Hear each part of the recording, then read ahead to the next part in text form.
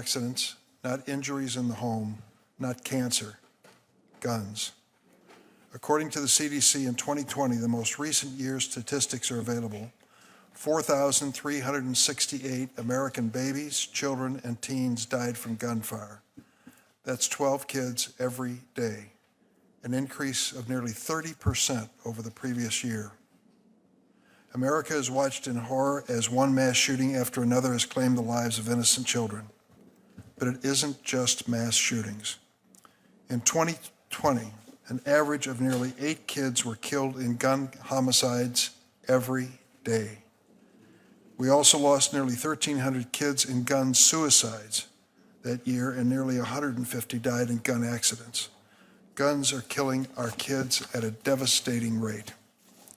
I want to show a video that reflects the grim reality. I want to warn the audience that the video contains scenes that are disturbing.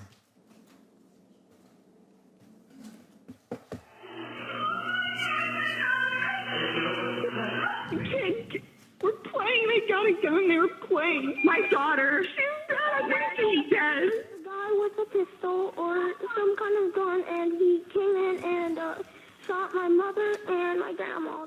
We got shot. Where? A kid got shot? They shot a kid? Bang, bang, bang, bang, bang, bang, bang, bang. We were all panicking because we didn't know what was really happening. I was playing dead, so he won't shoot me. This right here is the picture of the bullet that entered my head. I was behind a boy, Nicholas, and when he fell over, I just followed his every movement and I fell over with him, and then I put him on top of me because he was already... I just told myself I need to look like I'm dead. I was a survivor way before the Parkland massacre. Shootings, gun violence happens to me every day. Growing up as a young black teen in Chicago, we are surrounded by gun violence. I lost my brother a few years ago. I looked down and I saw blood coming out of my hip. Everyone who was injured or hurt was in the 9th grade, me including.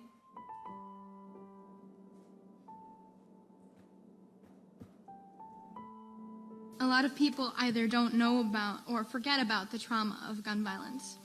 Every day it feels like the shooting is happening again, or happened yesterday, or will happen tomorrow.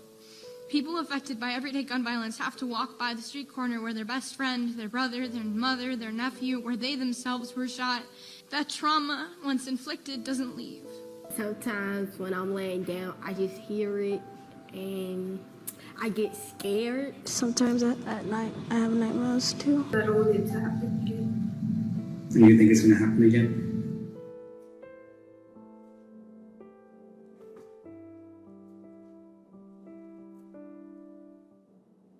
We don't give the issue the seriousness that it needs, and I just want elected officials to take the issue a lot more seriously than we currently do. Today marks the 9th hearing this committee has held in the 117th Congress on our nation's epidemic of gun violence, the 9th. No aspect of this crisis is more important than its impact on our children. Protecting our kids has to be our most solemn obligation as lawmakers.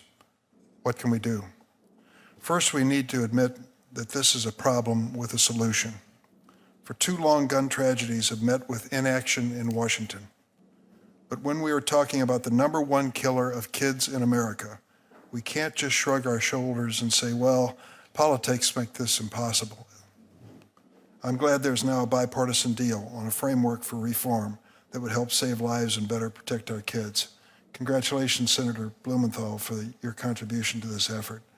Other members of the committee have as well, but I want to single you out because I know ever since Sandy Hook, you've shown a special interest in this. Senator Booker has been involved as well. This framework doesn't include everything I want, but it's made up of reforms that Americans overwhelmingly support. Proposals such as keeping guns out of the hands of dangerous people, like convicted felons and domestic abusers. When they shoot, kids too often end up, the targets are caught in the crossfire. That's why we need reforms like better background checks, support for state crisis intervention orders, also known as red flags, and tougher laws to crack down on straw purchasing and gun trafficking. I've said it before, but it bears repeating. Last year, we lost a wonderful young Chicago police officer, Ella French. She was in the Inglewood section of Chicago. I'm sure Mr. Willingham knows that section. She was on duty at night, and unfortunately, at a traffic stop, she was gunned down, and her partner was seriously injured, lost the use of his right eye. It turned out that the gun that was being used to kill her was a straw purchase gun that had been purchased in Indiana by a man who admitted he had no criminal record and purchased it to give it to another man who was a convicted felon who ended up killing Officer French. That is the reality. I attended her memorial service with my wife, and I saw a sea of police uniforms coming to pay their respects to this wonderful young woman. So when we talk about straw purchasing, please don't dismiss it. To many of us, it's very, very important. This framework also recognizes that harms of gun violence go beyond bullet wounds. Gun violence is traumatizing an entire generation of American kids. American kids now fear a shooting could happen in their school any day. And in 27 American schools so far this year, it has. We saw how the mass murder of 19 fourth graders and 2 teachers at Robb Elementary in Uvalde, Texas, has shattered a community and shaken parents and children from coast to coast. But every shooting, whether it happens in a school in Texas or in a neighborhood in Chicago, leaves ripple effects across the community, particularly for the kids who witness it, who endure the loss of a loved one, who live in constant fear they might be the next victim. Often this trauma ends up fueling the cycle of violence. Decades of neuroscience tell us that when kids witness a shooting, it can harm their developing brains and make it harder for kids to form a healthy relationship, regulate emotions, and resolve conflicts. Helping children cope with traumatic experience is vital to breaking the cycle of violence. That's why I joined with Senator Capito in a bipartisan effort to introduce legislation called the Rise from Trauma Act to deliver services in schools and communities to address trauma. I want to also, at this point, make a mention in the record that 2 weeks ago I was in Chicago, and Lurie Children's Hospital hosted a meeting of young people from the neighborhoods with the most gun violence in Chicago. Susan Gordon Hayes is here this morning. I want to thank her and the hospital for their leadership on this issue. We closed the door, and this senator sat there and looked at these young people and said, "Tell me what I don't know about gun violence in your community." They had plenty to tell me, and a lot of it had to do with their life experiences, much different than our own, and why they are where they are today. The framework we're talking about on guns is a step forward. It's a step forward on trauma and mental health programs as well. It could boost programs that bring kids to a better path. Community violence intervention programs, when properly funded and administered, have shown real success in healing trauma. I've said it before, and I'll say it again. After every horrific shooting, there is a debate over whether one reform or another could have prevented the last shooting. That misses the point. It's too late to prevent the last shooting. We need to act to prevent the next shooting. When it comes to gun violence in kids, we need to treat this like the public health crisis it is. Study the risk, identify precautions and interventions that work, and apply them. We should listen to the doctors and law enforcement leaders whose jobs are there to keep our kids safe. And we should listen to our children when they tell us what they're going through. Today we have a distinguished panel of witnesses, and I look forward to their testimony. Let me turn to my friend and fellow colleague, Senator Grassley of Iowa, for his opening remarks. Thank you, Mr. Chairman. Like all Americans, I'm heartbroken about the violence that in recent weeks have happened across America, from Uvalde, Texas, to even close to home in Ames, Iowa. Shootings are bringing pain to communities all across our country. The killing of innocent Americans, especially innocent children, is unbearable. It looks like we have a process in place in the Senate where it looks like we're working together to pass legislation that will truly change this situation while protecting constitutional rights. There is so much more that we can do to protect Americans generally, but especially our children. First, school safety should remain a top priority. We must do more to intervene when Both children and adults show signs of distress and other concerning behavior. I know I'm not alone in being sickened to hear again and again that a shooter showed the same predictable signs that we're mobilizing towards violence. We have to intervene. It looks like this framework that's we're hearing about is going to try to do that. One vital piece of legislation is the Luke and Alex School Safety Act. This bill was named for 2 victims of the tragic Parkland school shooting. We're honored to have Alex's father, Max, here with us today to speak about his advocacy on school safety and carrying on the legacy of his son. The bill provides information to schools on how to protect themselves. The bill was recently blocked on the Senate floor by the majority leader, but I'm hoping that we can move it forward very soon. One way that we can help stop violence in schools is to pass the Eagles Act. That's name comes from the mascot of the Marjorie Stoneman Douglas High School in Parkland, Florida. I wrote this bill after meeting with families who lost loved ones during the Parkland shooting and conducting oversight into the failure of the FBI and local law enforcement to act on credible warnings about the shooter. Thank you, Max, for supporting this bill. This is a bipartisan bill that would provide funding to support the Secret Service National Threat Assessment Center's efforts to conduct cutting-edge research into the prevention of violence. This bill would also enable that center to train more of our nation's schools in conducting threat assessments and early intervention. Unfortunately, this legislation is stalled during the last 2 Congresses. I pleaded with my colleagues to help move it forward this year. What happened in Parkland and now in Uvalde should never be allowed to happen again. As I've stated before, it is imperative that we keep firearms out of the hands of those who should not have them. This can be done through my legislation with Senator Cruz and Tillis entitled Protecting Communities and Preserving the Second Amendment Act. This legislation would improve the NICS system by incentivizing and ensuring that relevant records are uploaded in a timely and consistent manner. It would also strengthen criminal penalties for straw purchasing and lying and buying offenses. If passed, $20 million per year will be appropriated for 5 years so that the NICS program can be more effective than it is today.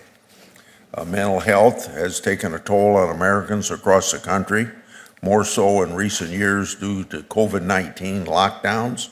Students were forced to stay home and kept out of the classroom, and uncertainty about the future overwhelmed both households as well as businesses. Mental health issues are also a root cause of many tragedies that we see across the country. Any legislation proposed in the Senate that is looking to impact change must include resources to address mental health.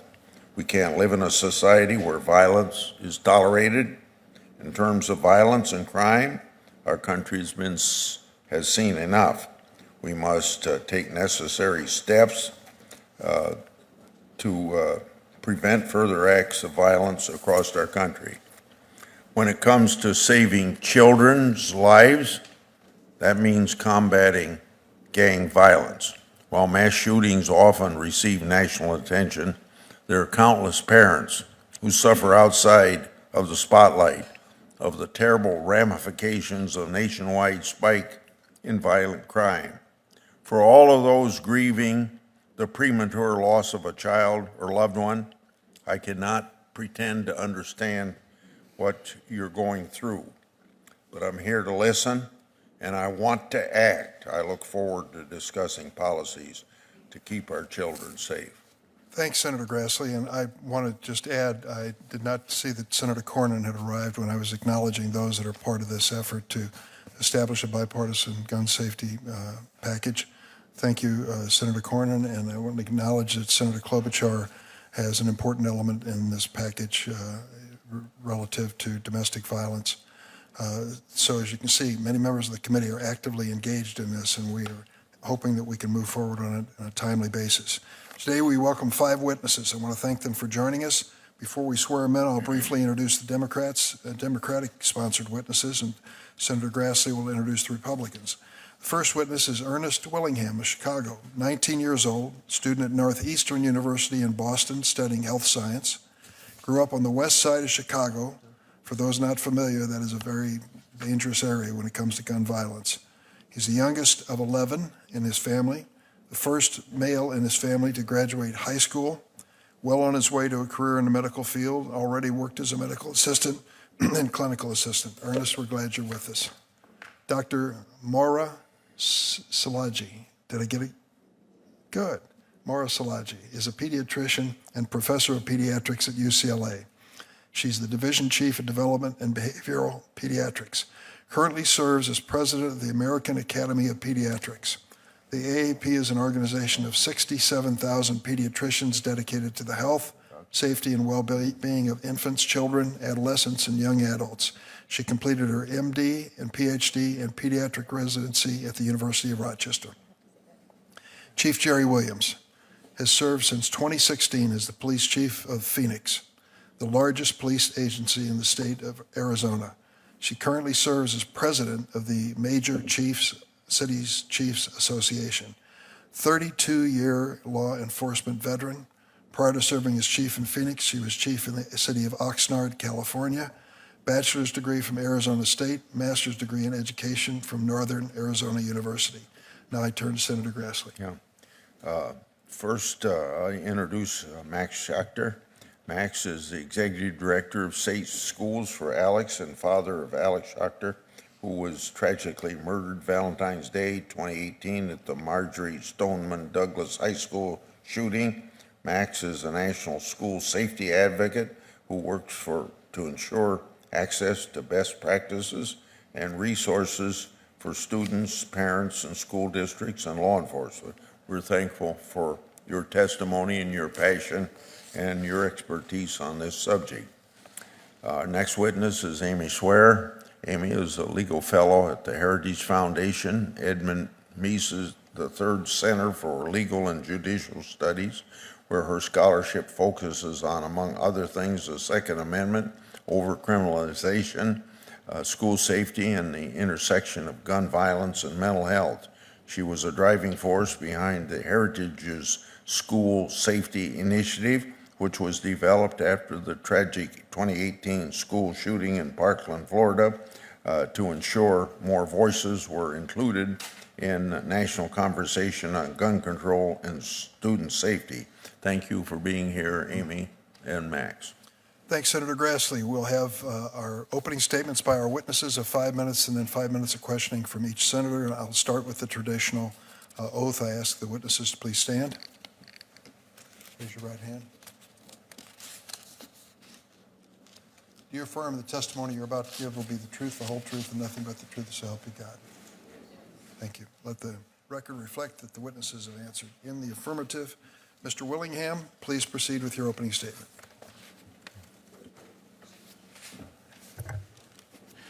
Good morning, Chairman Durbin, Ranking Member Grassley, and distinguished members of the Senate Judiciary Committee. Thank you for inviting me here today to discuss with you how our nation's youth are in crisis from the persistent gun violence plaguing our country. My name is Ernest Willingham, and I'm a current third-year student at Northeastern University in Boston, Massachusetts, studying health science with aspirations of becoming a physician. I have seen gun violence up close and personal. Allow me to take you through a journey of what the average young person goes through in a city struggling with gun violence. What it is like to make life decisions when in fear of gun violence or of being shot weighs heavily on your mind every single day. I am the youngest of 11 children. My family lived in the Cabrini Green housing projects in Chicago until our building was torn down. We were displaced and lived in Lake County, Illinois for a short time until we moved back to the west side of Chicago where gun violence is raging. I attended Crane Medical Prep High School, located on the near west side of Chicago. I have seen my brother, my father, my cousin, and my best friend become victims of gun violence. My brother was shot while we lived in Cabrini Green on 2 different occasions within a 1-year time span, once in the groin and the other time in the leg. I was 5 years old then. I didn't have a clear understanding of gun violence, but it did not take a rocket scientist to recognize the emotional trauma. My brother, after being shot for the first time, was vigilant yet fearful. Imagine being scared to go out in public or go to family gatherings after being shot in fear of being shot again. On the weekend of August 5th, 2018, my best friend, Janae Patterson, was shot and killed at age 17 by a stray bullet while hanging outside with friends in Chicago. She was one of 66 people shot and one of 12 killed in the city on that very summer weekend. 4 years later, in 2022, we still have no closure, no resolution, and her family and so many more are left with unspeakable grief, trauma, and fear. I never understood the anguish from gun violence until I had to sing and provide comfort to Janae's family at the funeral. I was devastated and heartbroken. This is something that young people should never have to prepare themselves for. Yet it remains the lived experience of so many children and youth around our nation. After Janae's life was taken from her and I moved through high school, I dealt with this constant interpersonal fear that I would be shot. And because of this, the trajectory of my career in education was on the line. As I approached my senior year, I was the first male in my family to graduate high school, soon to be college, and I knew that college was the answer, but I was too afraid to stay home and possibly be shot and killed. I purposely did not apply to any schools near my home because I was afraid I was going to die from gun violence. I made a vow to myself that I would rather risk losing my life in another part of the country than have my mother learn that someone had taken my life away from me in Chicago. My mother and I discussed my decision to leave Chicago for college, and we both agreed and made sense that it would be best for me to leave given the risk. Growing up in Chicago, it has become the norm to hear that someone, primarily a young person, has been shot and killed. Therefore, we cherish every possible accomplishment because we attended more funerals than weddings. Ask any young person in Chicago, how many weddings have you attended? Very few would have attended one. However, most have attended at least a dozen funerals. I attended an 8th grade graduation this past week with kids ranging from 12 to 14 years of age. As I looked around, I saw parents bawling their eyes out, not just because they were proud, but because they were not burying their children. Gun violence is prevalent everywhere across this country, and it's almost a privilege to say that you haven't been personally affected by it. We know many who have had to bury young children and those who have not yet lived in constant fear that their children will be next. Our young people, the future of our nation, are dying and suffering in mass numbers. For the first 18 years of my life, I was fortunate to have been engaged with the vital program of Ann and Robert H. Lurie Children's Hospital of Chicago called Chicago Youth Programs. This program serves youth aged 0 to 25, helping them mitigate risk and build strengths via education, comprehensive healthcare skills development, and career opportunity. It helps youth like me who come from neighborhoods tarnished by poverty. This program altered the course of my life as well as that of a number of my siblings. This summer, I am employed at a school-based health center located in a high school on Chicago's South Side. One of my students expressed to me that she was indecisive about going away for college or staying home due to our country's current gun violence climate. Our young people are faced with decisions to which they cannot find answers. Our youth are terrified, unsafe, and pleading with elected officials in Washington to muster the courage to protect them. Our society, our government, our leaders must protect youth from gun violence. The task is monumental. The statistics on gun and mental health are mind-numbing, sobering, and alarming. For the sake of time, committee members, please refer to my written testimony for the statistics on gun violence, but there's one I would like to share. In 2017, young black males were 13.7 times more likely to die from a firearm-related homicide than non-black males in Chicago. We have wasted enough time discussing this issue, and now it is the time we pass legislation to stop the killing of innocent persons. We are better than this as a country, and we can solve this crisis. Gun violence is a multifaceted issue. We can point the finger at the folks holding the gun. We can blame it on single-parent households, and we can even blame it on lower-income neighborhoods.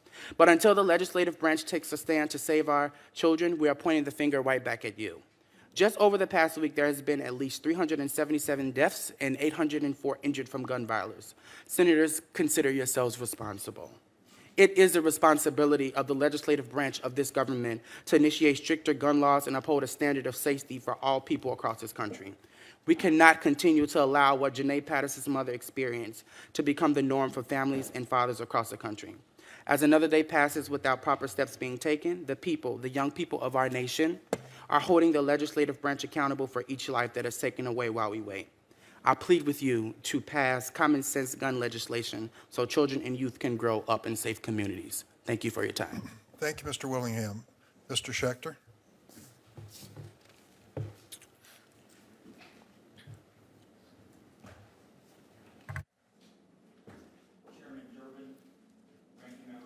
Would you make sure your mic's on? I bought it. Chairman Durbin, Ranking Member Grassley, members of the Judiciary Committee, thank you for inviting me to testify today. And Congressman Ted Deutsch, thank you for being here as well. My name is Max Schechter. In 2008, my wife suddenly passed away in her sleep. As a newly single father of 2 little boys, I thought that day would be the worst day of my life. Several years later, I met a wonderful woman with 2 little girls who lost her husband to a heart attack. We fell in love and decided to start a new life in Parkland, Florida. It had been ranked the safest city in our state. On Valentine's Day 2018, I sent my little boy Alex to school, thinking that when I said goodbye to him, he would come home to me. Never for a moment did I think that he would be murdered in his English class. Now Alex is buried next to his mother in the cemetery. After the shooting, I was consumed with grief and anger. After 9/11, we made the airplanes safer. After the Oklahoma City bombing, we made the federal buildings safer. Yet I could not understand how more than 20 years after Columbine, children and teachers continued to be murdered in their classrooms. I was determined to do everything I could to prevent this from happening again. So my wife and I started a charity called Safe Schools for Alex, so that no other family would have to experience our pain. I traveled the country in search of solutions, and what I found was that while some school districts seemed well prepared for acts of gun violence, too many of them had the complacent attitude that Parkland had, that it won't happen here. Administrators and teachers frequently ask me, where do I find these best practices? Where do I begin? Educators are not trained to be school security experts.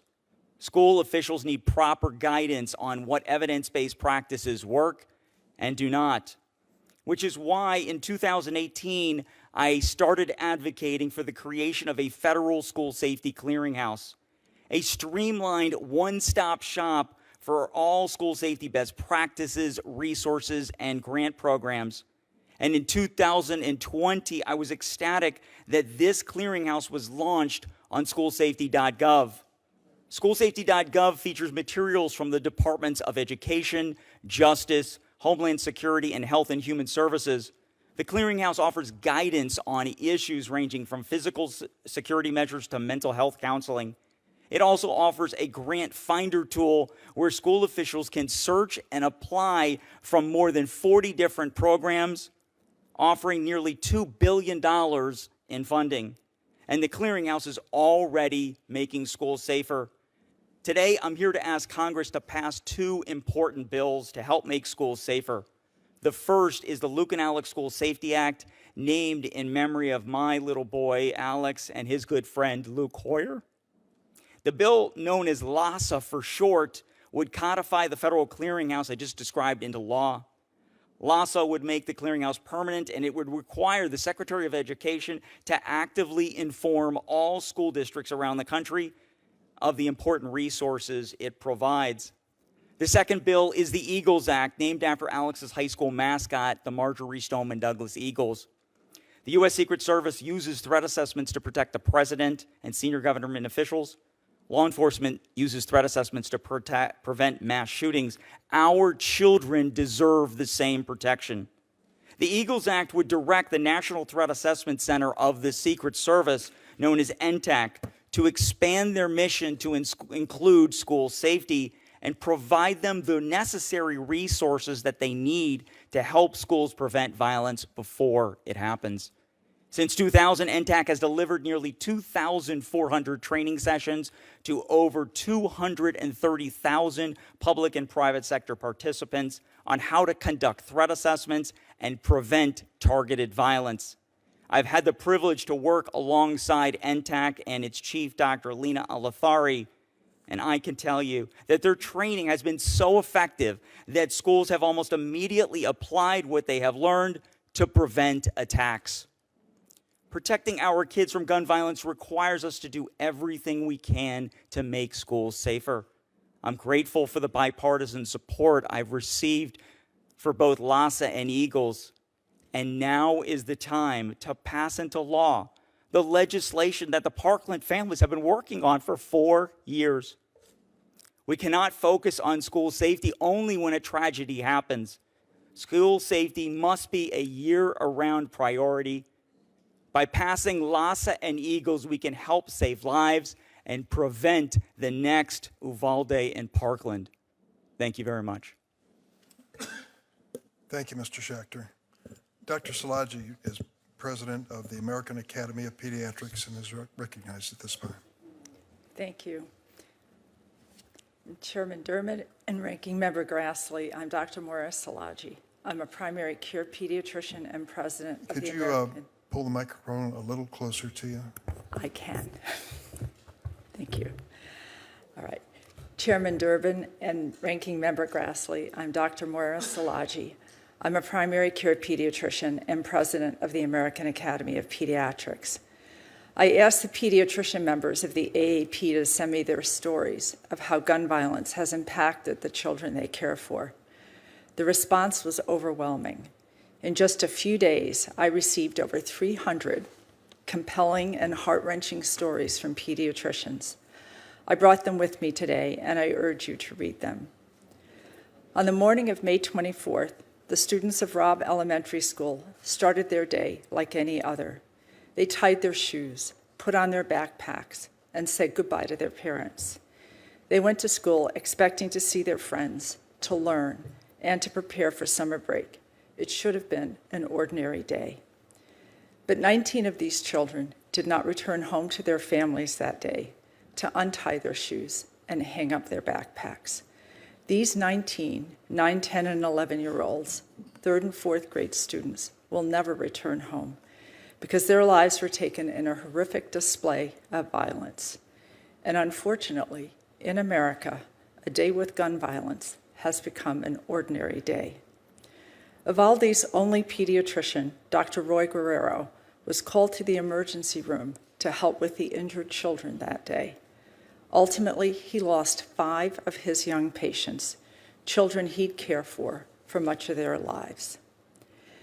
Helping keep children safe is one of the most essential roles of pediatricians like Dr. Guerrero.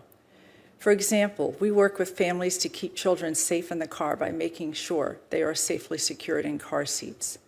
We also counsel families on gun safety. But there is only so much pediatricians can do. Keeping children safe is a duty we all collectively share as a society. But in this duty, I am sorry to say, we have failed our children. Gun deaths are preventable, yet every year, 3,500 children and teens die by firearm. Put another way, that is like having an Uvalde-scale tragedy every other day. And it's not just acts of homicide. Suicide is now the 2nd leading cause of death among youth aged 10 to 24. On behalf of America's pediatricians, I am here today to say we cannot accept this. Senators, you must act. We can't talk about child firearm deaths without talking about trauma. The millions of children who've been exposed to gun violence have experienced trauma. We owe it to our children to protect them because we know from science that childhood trauma and adversity has lifelong impacts on one's health and well-being. Trauma is the obvious result of gun violence, but it's also a root cause of gun violence as well. A recent study of school shootings showed that 100% of school shooters had experienced significant childhood trauma. Trauma begets violence, begets more trauma and violence. We need to identify these traumatized children who are at risk of committing violence, get them into trauma-informed mental health care that they need, and make sure that they cannot access firearms. We will not be successful 100% of the time, but this is a critical element in preventing future tragedies like the one in Uvalde. We also have to address the availability of firearms for individuals who could do harm. I am really encouraged that a bipartisan group of senators have reached a framework agreement to address gun violence. The framework includes new federal investments in mental health, school security, and red flag laws. It also includes meaningful reforms to gun laws, such as improvements in background checks. And we encourage Congress to complete action on this proposal without delay. While this framework is a significant step forward, it's only a start. Safe gun storage is also urgently needed to prevent child suicide, homicide, and accidental death. As a pediatrician who has treated 5 children who were accidentally shot by themselves or another child after accessing an unsecured loaded gun, I've seen the impacts firsthand. Sadly, 2 of these children lost their lives. We must do more to encourage gun owners to safely store their firearms. We also need to address the ease of purchasing assault weapons and fill the significant gaps that remain in background checks. And lastly, we call on Congress to increase the federal investment in public health gun violence prevention research. While we know some of what works, we must never stop learning better strategies to keep children safe. Thank you for listening. Our children are counting on you. Thank you, Doctor. Ms. Swear. Chairman Durbin, Ranking Member Grassley, and distinguished senators. We're holding this hearing on juvenile gun violence today for one simple reason. The kids are not all right. But the reasons why they're not all right are far more complex than our current national dialogue often admits. Despite some horrific high-profile mass school shootings in recent years, these are just a fraction of a percent of the problem. And I know, how can I possibly sit here next to a witness who lost a child at Parkland and when we're still burying kids after Uvalde and say that? I don't expect that statistical probabilities make any parent feel the least bit better when mourning the loss of a child. The rarity doesn't lessen their pain or make it any less traumatic, and these shootings devastate communities. But numbers matter when shaping public policy to keep the nation's kids safe. An average of 10 students are killed by gunfire on school property during school hours every year. That's 10 too many. That number should be 0. We can and should make our schools safer. But schools are not where most of our kids are dying. The vast majority of juvenile gun deaths are out-of-school suicides and homicides, neither of which receives nearly as much attention.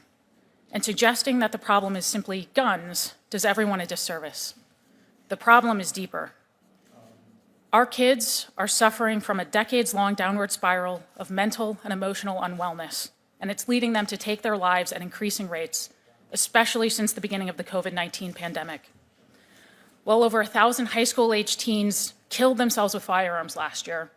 Over 1,000 more killed themselves without a firearm.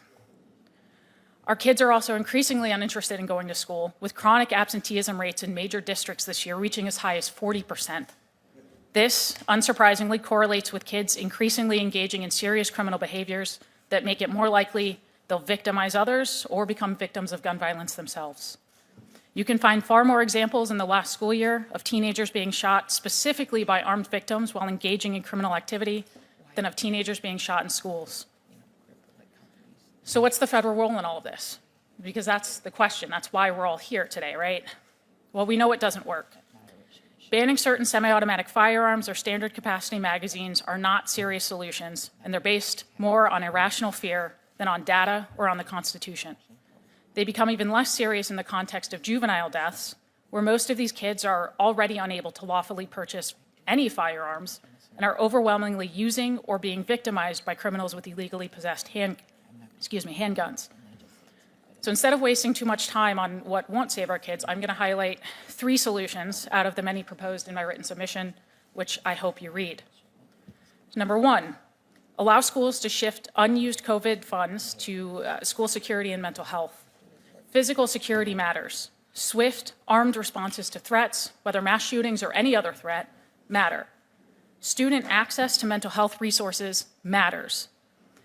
Schools have access right now to over $100 billion in already allocated COVID relief funds. They can and should be able to use it in the short term to hire mental health professionals and invest in physical security needs as a short-term solution, giving them flexibility over the next few years to cut administrative bloat and prioritize long-term spending where it will be most effective. Number 2, authorize true behavioral threat assessment research and training. Most state and local agencies lack any coherent system for analyzing threats in their own communities. Meanwhile, many federal agencies have decades of training and experience with behavioral threat assessment. Congress can facilitate this process of taking these strategies that we know work at a federal level to prevent targeted mass violence and retooling them in a way that makes sense for state and local entities. Number 3, provide healthier, more stable environments for our kids. The root of the problem is not guns. It's the underlying causes that create violent environments in the first place. Parents, and especially low-income and working parents, need more choices when it comes to accessing mental health care for their kids. They also need more choices when it comes to adequate learning environments. Studies and statistics clearly show that when parents can more easily remove their kids from schools where they are bullied, face violent threats, or are not otherwise receiving necessary resources, it alleviates the risk of suicide and the likelihood that they will participate in criminal behaviors that are most associated with violent outcomes, like gun-related death and injury. Kids deserve educational environments where they feel safe and are most likely to develop into thriving adults, regardless of income or zip code. Senators, it's clear that the kids are not all right. They're increasingly suicidal. They're increasingly engaging in serious criminal behaviors. They're increasingly deciding that school just isn't worth it, and we are watching as their futures and their lives vanish. We are losing our kids. And if we don't act soon and act to stem these problems at the source, it won't just be the kids that we're losing. We will lose an entire generation of adults as well. And I look forward to your questions. Thank you, Ms. Swear. Chief Williams. Good morning, Chairman Durbin and Ranking Member Grassley, and distinguished members of this committee. Thank you for the opportunity to participate in today's hearing. Yesterday in Phoenix, the 9th of one of my officers was shot in the line of duty. Had it not been for her vest that she is wearing, I wouldn't be sitting here today. I would be in Phoenix planning for another funeral. I appear before you today as a police chief in Phoenix, Arizona. I also serve as the president of the Major City Chiefs Association. It is my honor to testify on behalf of my MCCA colleagues. Nearly every major city in the United States is grappling with rising gun violence. The nature of many of these shootings is extremely troubling. These incidents often involve multiple victims and trigger pullers. For example, in Phoenix again, a few weeks ago, a shooting in Phoenix killed 1 and injured 8. The increase in gun violence is having a significant impact on America's youth, as previously mentioned. The number of juveniles killed and injured by gun violence has increased sharply over the past few years. However, that impact also goes well beyond the victims. Sadly, many MCCA members have reported an increase in the amount of gun violence perpetrated by juveniles. This has created a vicious cycle because today's suspect is often tomorrow's victim. It's incredibly troubling to see such a disregard for the sanctity of life at a young age. Youth in major cities, especially communities of color, have become desensitized to the persistent gun violence in their communities. Children should neither be afraid of getting hit by a stray bullet in their homes, attending an event, or walking through their neighborhood, nor should any child feel the need to carry a gun to protect themselves or think that using it is an appropriate way to resolve conflict. Reducing juvenile gun violence will require addressing the trauma inflicted when children witness violence or become victims of violence themselves. Our MCCA member cities have made significant investments in intervention programs that are aimed to help the juveniles heal, prevent retaliation, and then break the cycles of violence described above. However, as previously mentioned, this is only part of the solution. Guns have flooded our communities, and it's become far too easy for our children to get their hands on a gun. The MCCA has long been an advocate for sensible firearms policy. In fact, in 2018, the MCCA adopted a firearms violence policy that would help mitigate the threat of gun violence without infringing on constitutional rights or weakening due process. These reforms include requiring universal background checks, closing the boyfriend loophole, supporting the use of extreme protection orders, aggressively prosecuting straw purchases and prohibited possessors, and lastly, banning assault weapons and high-capacity magazines. The MCCA was greatly encouraged by the bipartisan firearms policy framework that was recently released. There is significant overlap with the MCCA firearms policy, and polling shows that the majority of Americans support common sense reform. And Congress must act immediately to close those loopholes and the gaps in our system. As was previously mentioned, protecting our children also requires addressing the underlying violent crime problem in many of our cities. Unfortunately, constitutional proactive policing that helps drive violent crime down has sometimes become a luxury for many departments.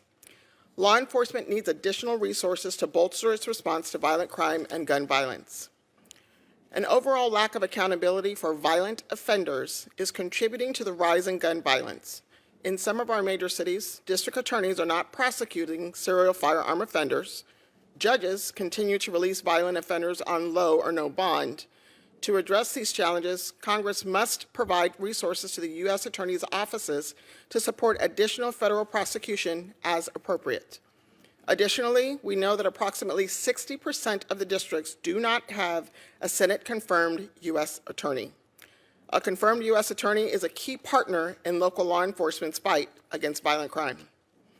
Local law enforcement continues to do everything in our power to protect our communities from gun violence, and unfortunately, the brave officers on the front line, as the one that I mentioned previously, have not been spared.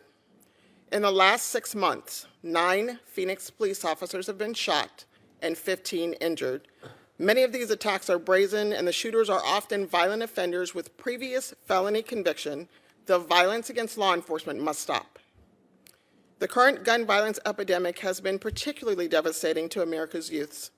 Far too many children have needlessly lost their lives, and countless others have been traumatized. These children are our future, and we must do everything in our power to protect them from the threat of gun violence. The Major City Chiefs Association stands ready to work with you to achieve this goal. Thank you again for this opportunity, and I look forward to any questions the committee may have. Thank you, Chief. And now each member will have 5 minutes to ask questions. I want to start with you, if you don't mind, Chief Williams. Yes, thank you. In the Buffalo situation at the supermarket, there was a retired policeman who was a security guard. Yes, sir.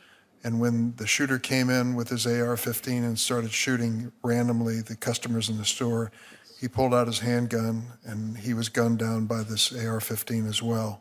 He was clearly outgunned at that scene. That is not an uncommon experience, that many of the police that we count on around this country are being outgunned by the shooters. Is there a response that you would think could make it safer for the police that you represent? So thank you, Chairman Durbin, for that question. We are outgunned. We're outgunned, we're outmanned, we're outstaffed. We do need responsible gun legislation. We do believe that there should be a ban on assault weapons and high-capacity magazines in order for us to properly serve and protect our community. Dr. Szilagyi, you heard Mr. Willingham tell the story of growing up in Chicago and what he's been through and what he's witnessed and what he hears from his friends.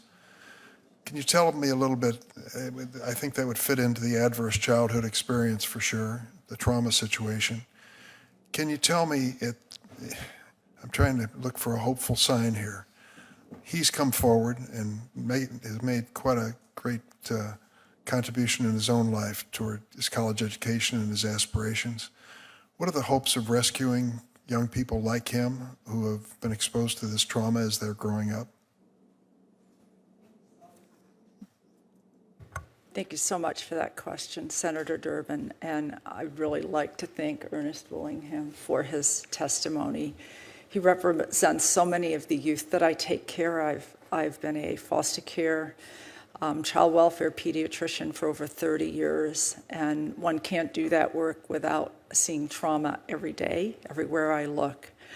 I do think there's been a pervasive sense of hopelessness among our youth, and that's partly why we're seeing such an increase in youth suicide and youth violence. But you asked about adverse childhood experiences and childhood trauma. And so the studies were done a long time ago now, but they have continued and they've reinforced what we know, that children who have high levels of exposure to adversity, particularly intrafamilial adversity, or stressors outside the family, such as discrimination, bullying, and community violence, have high rates of lifelong mental health, and poor social outcomes. But we also know that young people who grow up in such environments can also do well, but they do well because they have a lot of resources poured into them. So the hopeful part are the families, having a good family, as it sounds like Mr. Willingham really had, finding teachers and educators who support you. I actually grew up in a rough and tough neighborhood, and I was blessed to have a wonderful family. And several of my friends died by suicide while I was growing up. And I also had a friend of my brother's was shot in my home by his cousin. So I've seen violence in my personal life. The hope comes that we know what we need to do to fix things. And in particular about adverse childhood experiences, it is identifying these children early.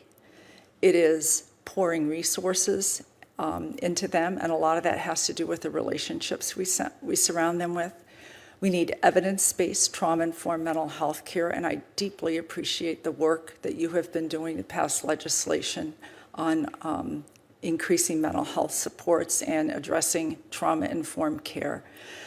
And I do think that there is hope. I have certainly seen the young people I know in foster care. They have ranged from kids saying to me, I don't expect to live past 20. Many of them probably grew up in neighborhoods similar to Mr. Willingham's. But I've also seen the young people from similar circumstances with the right inputs do very, very well, like Mr. Willingham going on to college and planning their future. So yes, there is hope. Thank you, Doctor. Mr. Willingham, I wish I had more time because I'd like for you to explain, with all your friends and yourself going through a lifetime exposed to this gun violence and uncertainty and despair in some situations, how you ended up weathering that storm and are moving in the right direction. Could you say it in a few words? I'm sorry I don't have more time. Thank you, Chairman Durbin, for that question. It's as simple as stating, as Dr. Moore explained, having a village. It takes really a village to pour into one child. And having a team of people, a good family, teachers, mentors, all of those different things matter. There are, and I'm not the only one in my neighborhood doing great things. I'm not the only young person in Chicago that has excelled throughout difficult times in their lives. But the reason so many of us have been able to excel in the midst of controversy, in the midst of gun violence, in the midst of just a difficult upbringing is because of the village, because you have a village to help you navigate through high school, help you navigate through college and possible career things, and also just that social and emotional counseling and therapy that you get, and not necessarily from a mental health professional, from someone, a community health worker or an educator in the school or someone at your neighborhood corner store. It literally takes a village to really navigate a child through difficult circumstances. So that's what I can attest to my story. I've heard that phrase before. Thank you very much, Mr. Willingham. Senator Grassley? Max, you've dedicated your life to enhancing safety in schools. I think you've advocated increasing physical security, introducing threat assessment programs, advocating for school resource officers. These programs all serve to deter mass shootings in schools. One of the things that you've advocated is very passionately for is dissemination of best practices in school safeties.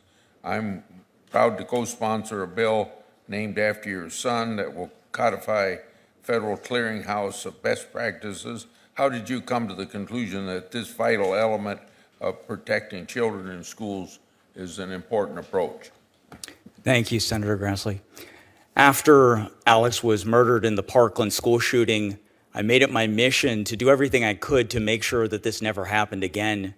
And when I traveled the country, the question that I got from a lot of educators were, where are these best practices? And what they were getting was a lot of confusing material from a lot of the different federal agencies.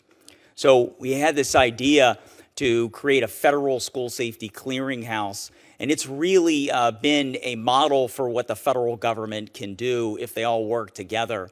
And all of the agencies that work on school safety, so you've got the Department of Education, Department of Health and Human Services, the Department of Justice, and the Department of Homeland Security are now all working together. They're coordinating, they're cooperating, and they have an editorial board. So they've gone through this issue, and everything, all the best practices that schools need are all housed on schoolsafety.gov. Because as I traveled the country, there's a lot of schools that were doing great things, but the problem was that a lot of schools didn't know that, and it was really only contained to the vicinity around that particular area. And so schools need help. Most educators become educators because they want to teach and they want to help children, not because they want to be school security experts. There's only one program that I know of that is the most successful that teaches teachers about school safety in college, and that is at the Indian River State College in Florida. They're doing great things, and I think it's really important that teachers are taught that in college before they become teachers, so that the burden is not on the school district as well. So this clearinghouse that is formed is doing wonderful things. Not only do they have a place to have best practices, they also have a consolidated place for grant dollars. So on the site, school districts can go on their new grant finder tool. There's 40 different programs available and over $2 billion. So I encourage all educators and parents. Parents want information about how to make their schools safe, and that information is all available on schoolsafety.gov.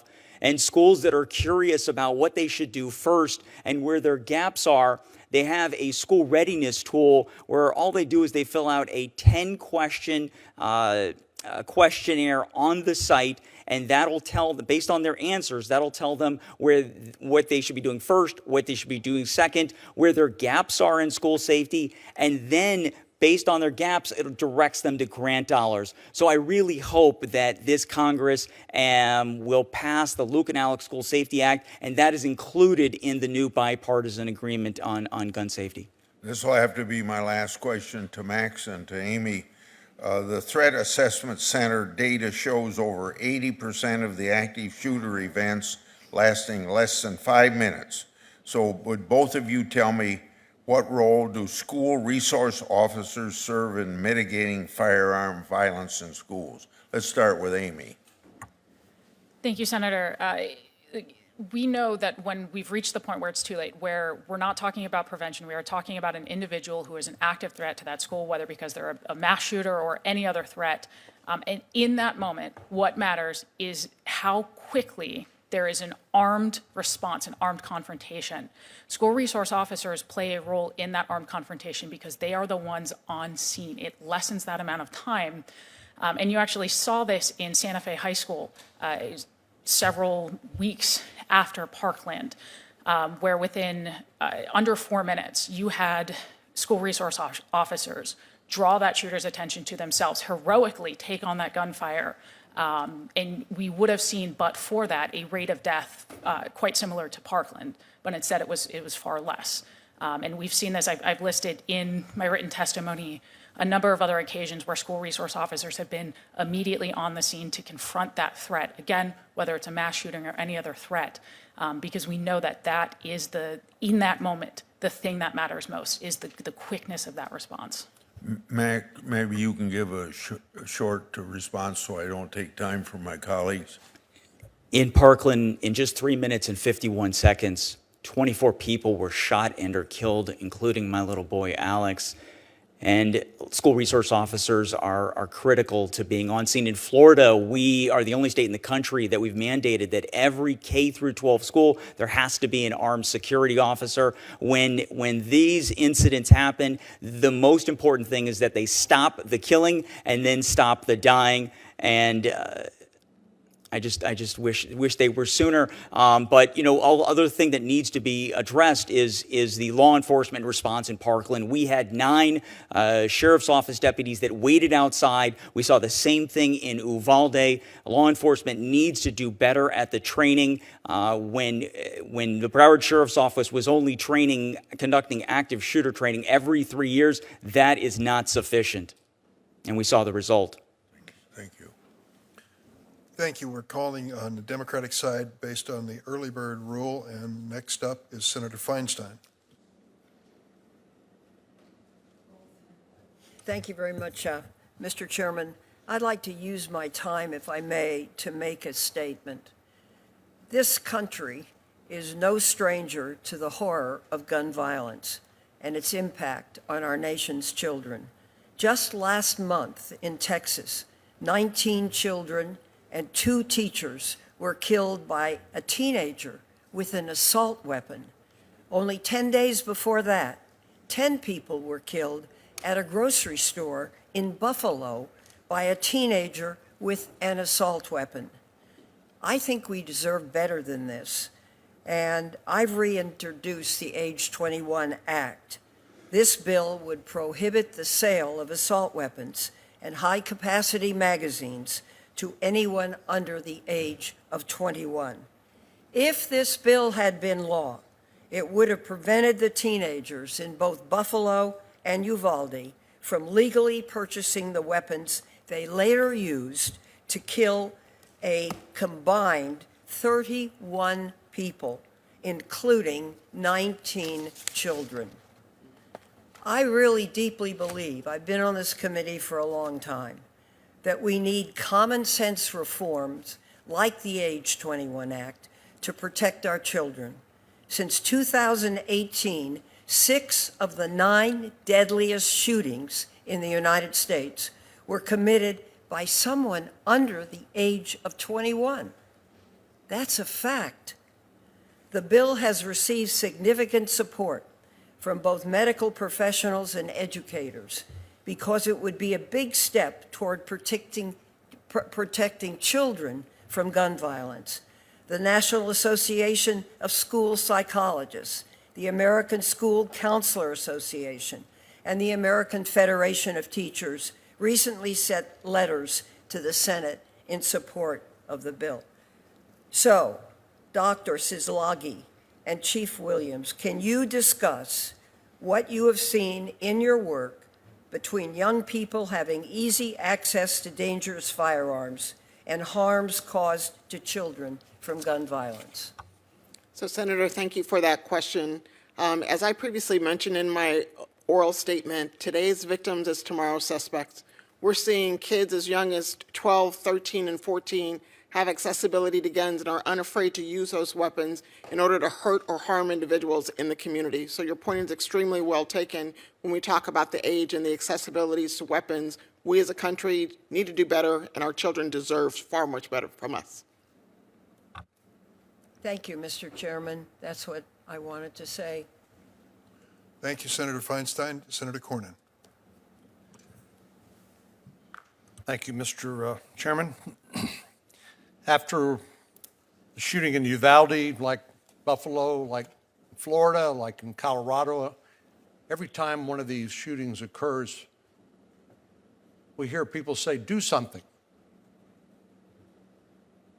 Do something. Unfortunately, there are also people who say, do nothing. And I, for one, am not going to be part of that cause as long as parents fear for the safety of their children in their schoolroom and children fear being in the classroom.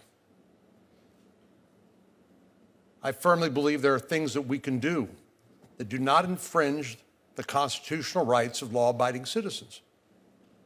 I don't think we're talking about law-abiding citizens committing mass shootings or committing crimes. We're talking about criminals, we're talking about people with mental health crises, and then we're talking about other things we need to do to harden our schools, to use best practices, and provide resources for our mental health treatment at the community level. I think our mental health delivery system in America is a scandal. And we have a plan. Senator Stabenow, Senator Blunt have a great piece of legislation we hope to be able to pass as soon as next week that would provide massive investment in community-based mental health care. So police have some place to take someone suffering a mental health crisis other than the jail. People suffering mental health crisis have somewhere to go other than the emergency room. And we can actually get people some help so they don't get sicker and sicker and sicker and become a threat to themselves and potentially to others. I'm not suggesting that people undergoing mental health crises are always violent. That's not true. But some are, and as the doctor said, 60%, I don't know if you put a number on it, but you pointed out that 60% of the suicide deaths in America today are using a gun. So we, I think, have some things that we can do, and we need to do what we can. But what I would like to ask, maybe Ms. Swearer start with, it sounds like we're conflating a lot of different sorts of scenarios. The shootings in Chicago, which occur on a very frequent basis, Chicago, Illinois has the toughest gun laws in America, but that arguably will not deter a gang member or a criminal. So can you sort of help us cut through this? And, my hope is we'll focus on solving problems as opposed to making an ideological statement. But can you help us cut through that? Sure, Senator, your point is well taken, that gun violence is much more complicated than any one specific subset of gun violence. And in fact, it is important to sort of separate those out because different types of gun violence have different underlying causes. They have different appropriate means of addressing them. They're even including from the standpoint of, quote, gun control. For example, when you're talking about gun violence in more, urban areas, gang-centric violence, it tends to be individuals who have long rap sheets or already prohibited persons who are illegally possessing firearms, and that's a lot different from, say, suicides, which are 2/3 of gun deaths, where obviously there is a mental health component there, or mass shooters who are almost always showing signs of being dangerous, but are legally possessing their guns. So it's important to sort those things out and to treat them individually in the way that they need to be treated. Thank you for that. Unfortunately, I got 30 seconds, and I want to ask the doctor a question. So the profile of some of these young male shooters seems eerily similar in some cases. You look at Adam Lanza at Sandy Hook, you look at Salvador Ramos in Uvalde, Texas, and the New York Times, I think, did a good job pointing out that like in 6 out of 9 of the mass shootings, the profile is pretty familiar. If we were able to get community-based mental health assistance to the young men, young boys really, and their families earlier, do you think we could improve the outcomes for them so that they could maybe live productive lives and not sort of circle down the drain and out of despair kill themselves and others as well? My brief answer is yes. Amy's helping me out, thank you. My brief answer is yes, and I think that we probably need to make sure that everybody who interacts with a youth, whether that's an educator, a pediatrician, a police officer, is versed in trauma-informed care, and that type of training is available and goes on around the country. It is evidence-based.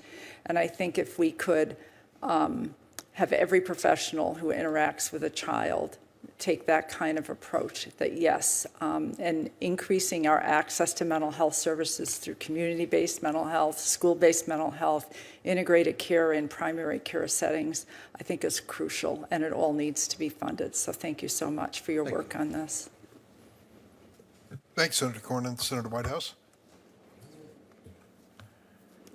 Thank you, Chairman, and thanks to everyone for being here. I want to begin by remarking on the action that my home state has just taken, our Rhode Island General Assembly, as it's preparing to pass the final big budget bill that is the conclusion of the legislative year, has just banned large capacity magazines, has just raised the age to 21 to buy firearms or ammunition, and has just banned open carry of loaded rifles and shotguns, which seem like pretty reasonable interventions. I believe there are actually gun clubs with ranges where the range safety officer won't let you use a large capacity magazine, so that seems like a pretty reasonable accommodation. We don't allow people under 21 to buy a beer, so why they need to buy firearms and ammunition is a little hard to explain, particularly in the wake of what we've seen recently. And for the life of me, I can't imagine, as a gun owner myself, why you need to open carry a loaded long gun around in this society. So I think we're seeing some signs of progress at the state level. I wanted to ask Chief Williams. I've spent a lot of years as a prosecutor involved with domestic violence. And one of the things we learned in the domestic violence context is the impact on young people simply of being witness to domestic violence in the home. I see you nodding. We've learned a lot about that. Our domestic violence community has developed, I think, very good interventions for that. Could you tell me what you think the lessons are that we learned in the domestic violence context from children who are witness to violence, domestic violence at home, for the children who are witness to even more ghastly demonstrations of violence in their schools with these massacres in which the damage to their classmates and friends is so great that DNA is required to identify the remains? So, Senator, thank you for that question. As we all know, domestic violence plays a role in everything that we all do, from local law enforcement to what you all do here.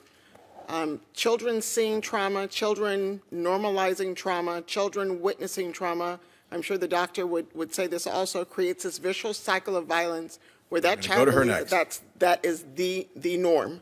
And so we as a society owe it to them to, as was previously mentioned, providing those services to those kids early and quickly and consistently. It shouldn't be a one-stop shop where you go in for care and then all of a sudden you're healed, because that doesn't happen. As far as the violence in school, we know that violence happens in school. It's obvious, it's evident. We need to provide those resources from a trauma-informed standpoint also to the students, as well as the parents, as well as the educators. Thank you for the question. And Doctor, I wanted to go to you with the same question. You obviously in emergency rooms see the children who are brought in whose bodies have been torn apart by these weapons and the ammunition that they discharge. But that leaves all of their classmates who were not physically injured. What are your recommendations and advice to this committee regarding what sort of impact what they have witnessed has on the classmates who were not physically injured, and what we need to do to provide supports for those kids and for their families? Thank you for that question. Thank you for that question, Senator Whitehouse. We know the impact of trauma on the brain of any kind, some worse than others. And we know after children have witnessed horrific events like shootings or other horrific events that they live with on a day-by-day basis, like interpersonal violence, that the back part of the brain, the limbic system, goes on hyper alert and kind of trains the brain to always scan for danger. They become hyper vigilant. They become very frightened. They sometimes erupt very quickly because the front part of the brain, which helps us to make judgment and rational decisions, is less well functioning after trauma.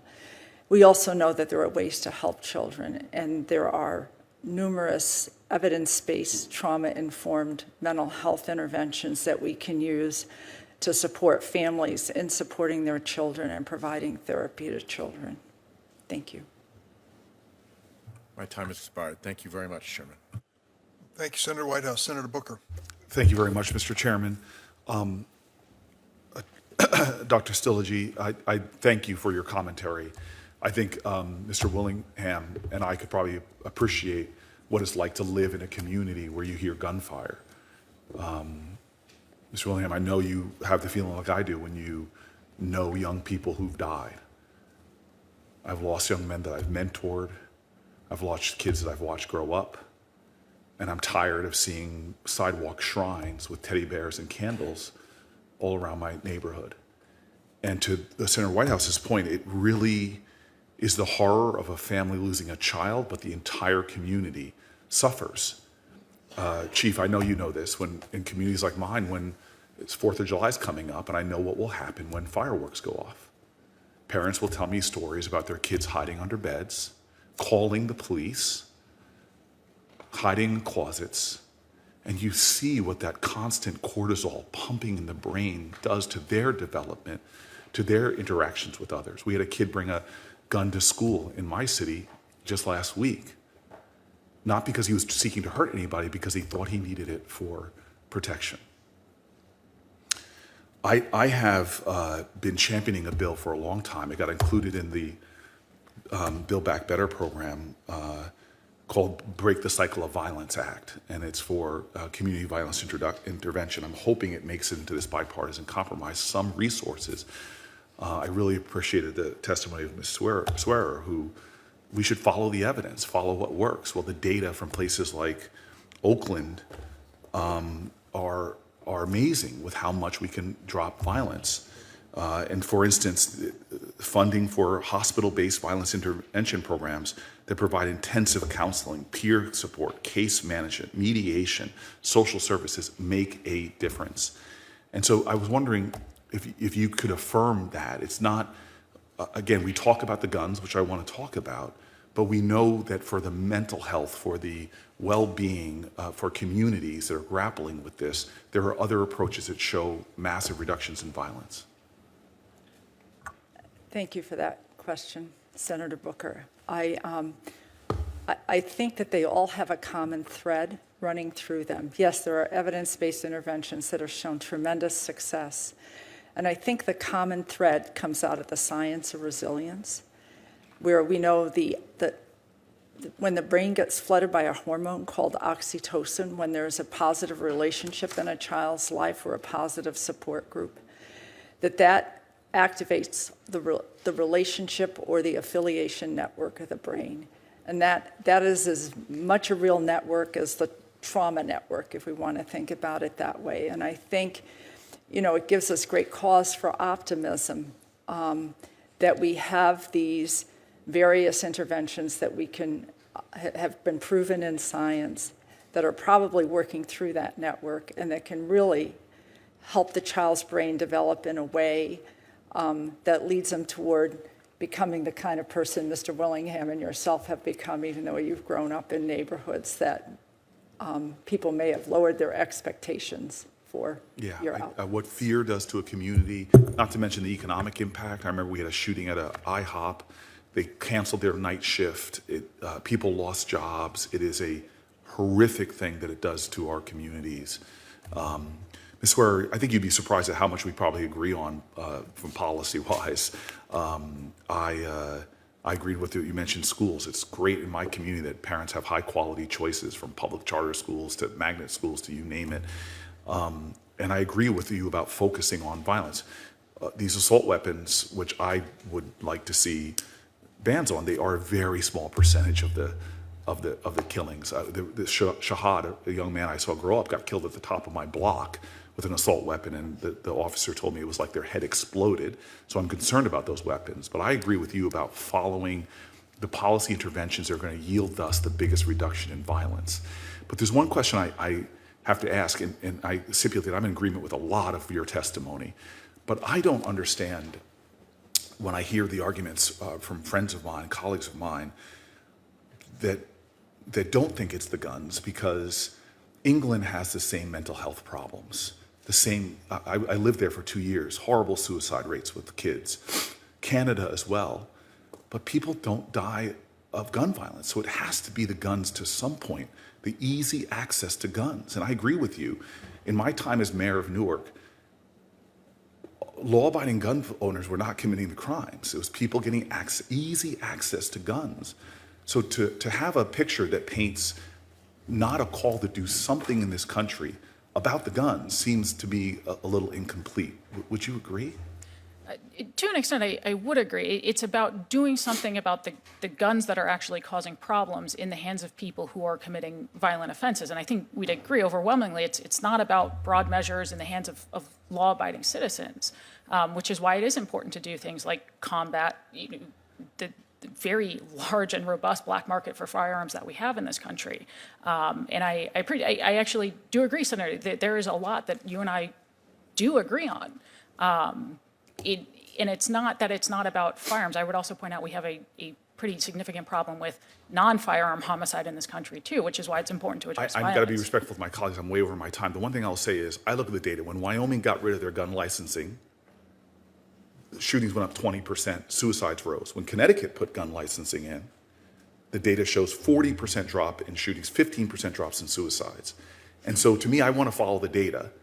And the ease of access to guns, a gun in the house, even a law-abiding citizen, just having a gun in the house increases the likelihood that their children will commit suicide with it dramatically. And so I'm all for following the data, but we've got to admit the facts and the data that we have points to a lot of the solutions that are being called for on both sides of the aisle, but it also points to doing something about the ease of access to guns. Thank you. Thanks, Senator Booker. Senator Lee. Thank you, Mr. Chairman. His recent attacks on students at Robb Elementary School in Uvalde, Texas, as well as patrons at the Tops grocery store in Buffalo, New York, and Christmas parade attendees in Waukesha, Wisconsin, and students and teachers at Marjorie Stoneman Douglas High School in Parkland, Florida, are unthinkable tragedies. In the aftermath of each of these tragedies, we go through a number of processes. We mourn, we cry, we pray, we express our condolences for those who have lost loved ones. We attempt to assess what went wrong and to fix any failures of policy or oversights by law enforcement or society that might have allowed these heart-wrenching, gut-churning tragedies to occur. Unfortunately, politics often gets in the way. Every time a tragedy like this occurs, there are a number who immediately demand the same gun control proposals that many have pushed for decades, while simultaneously attempting to defund police in schools. But the people who will be hurt by these proposals are not the criminals. They are the law-abiding gun owners and children in unsafe schools. During the Obama administration, the Department of Justice studied how criminals convicted of gun crimes obtained firearms. More than half, the precise number was 56%, had obtained the weapon illegally. To really address this rise of violent behavior, we need to look at what's causing males in our society to become so angry, isolated, socially detached, that they'll commit these unspeakable, unthinkable horrors. We need to look not just at what caused the tragic school shootings like Uvalde and Parkland, but also what's causing the massive increases in violent crime in large cities across our country, including our nation's capital and cities like San Francisco and Chicago. If we take a look at it, I think that we might find that there are contributing factors that include both cultural issues and policy issues. The cultural issues might include, among other things, broken families, bullying, glorification and obsession with violence in news and entertainment media, obsession with social media, and loss of community connection.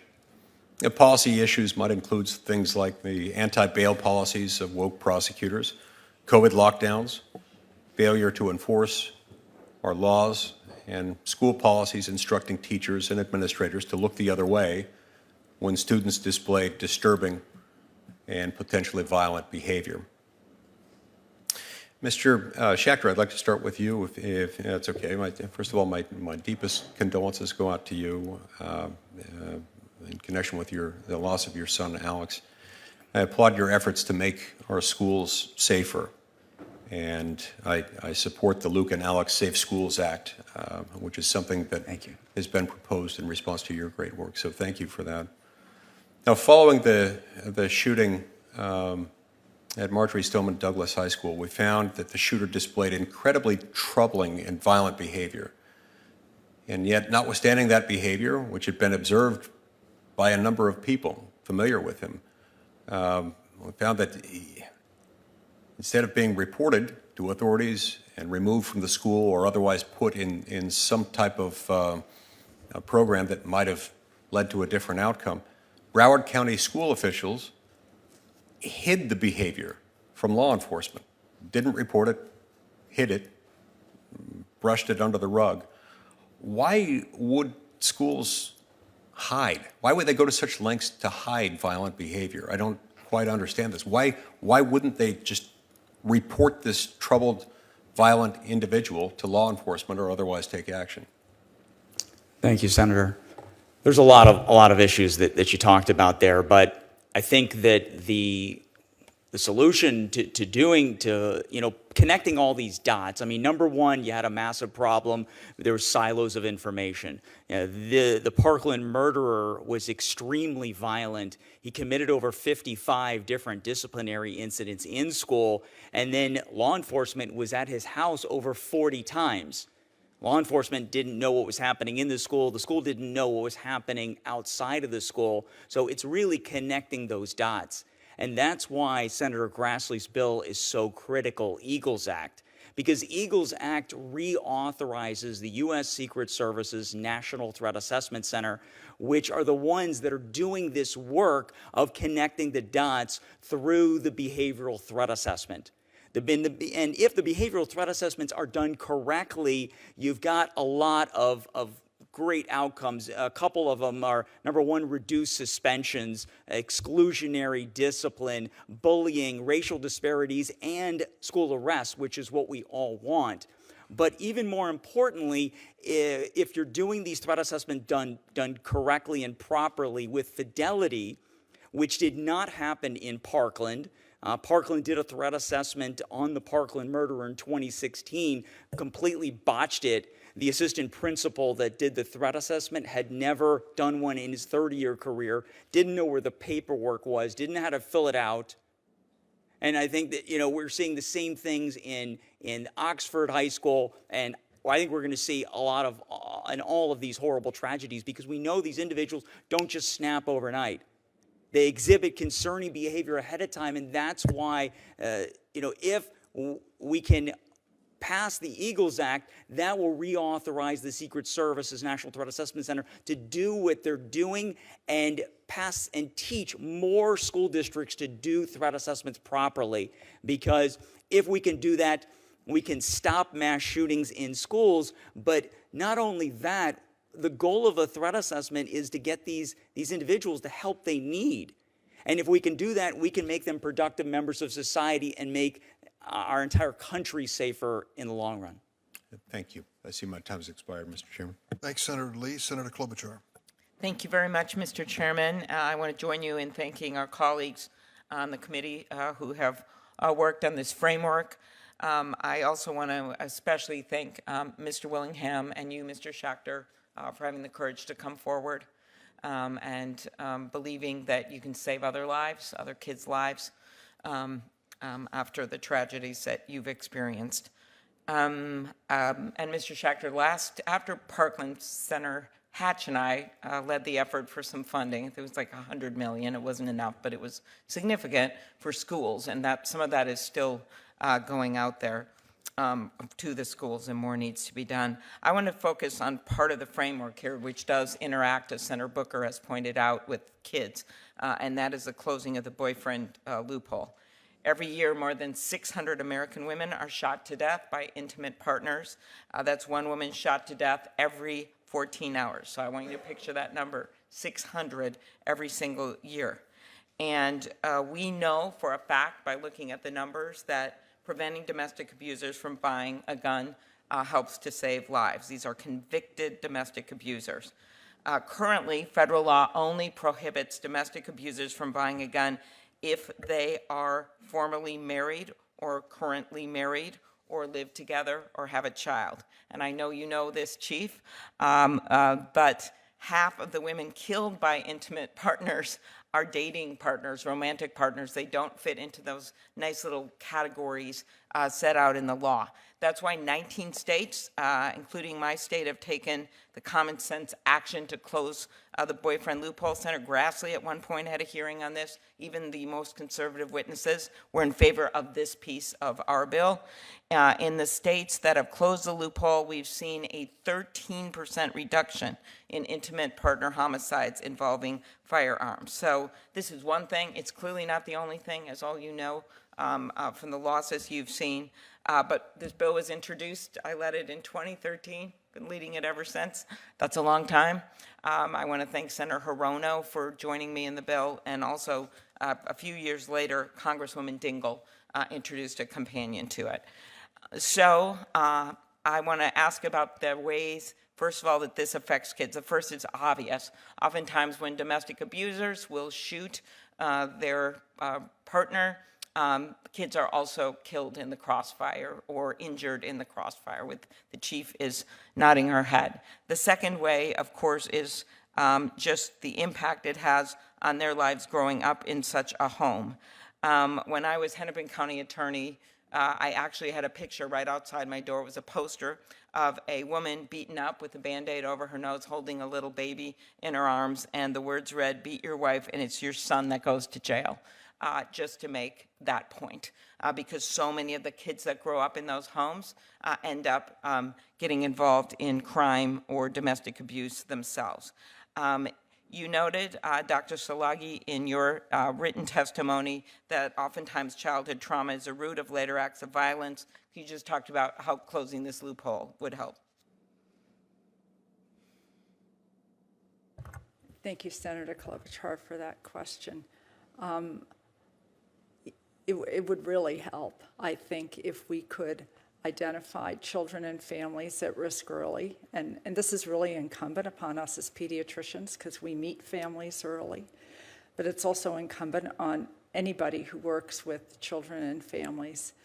I think if we can get the right supports in place for children early, there is evidence showing that we can improve the sense of safety in the home. We can decrease the violence in the home. Removing the person who is being violent is certainly one very important way to do that.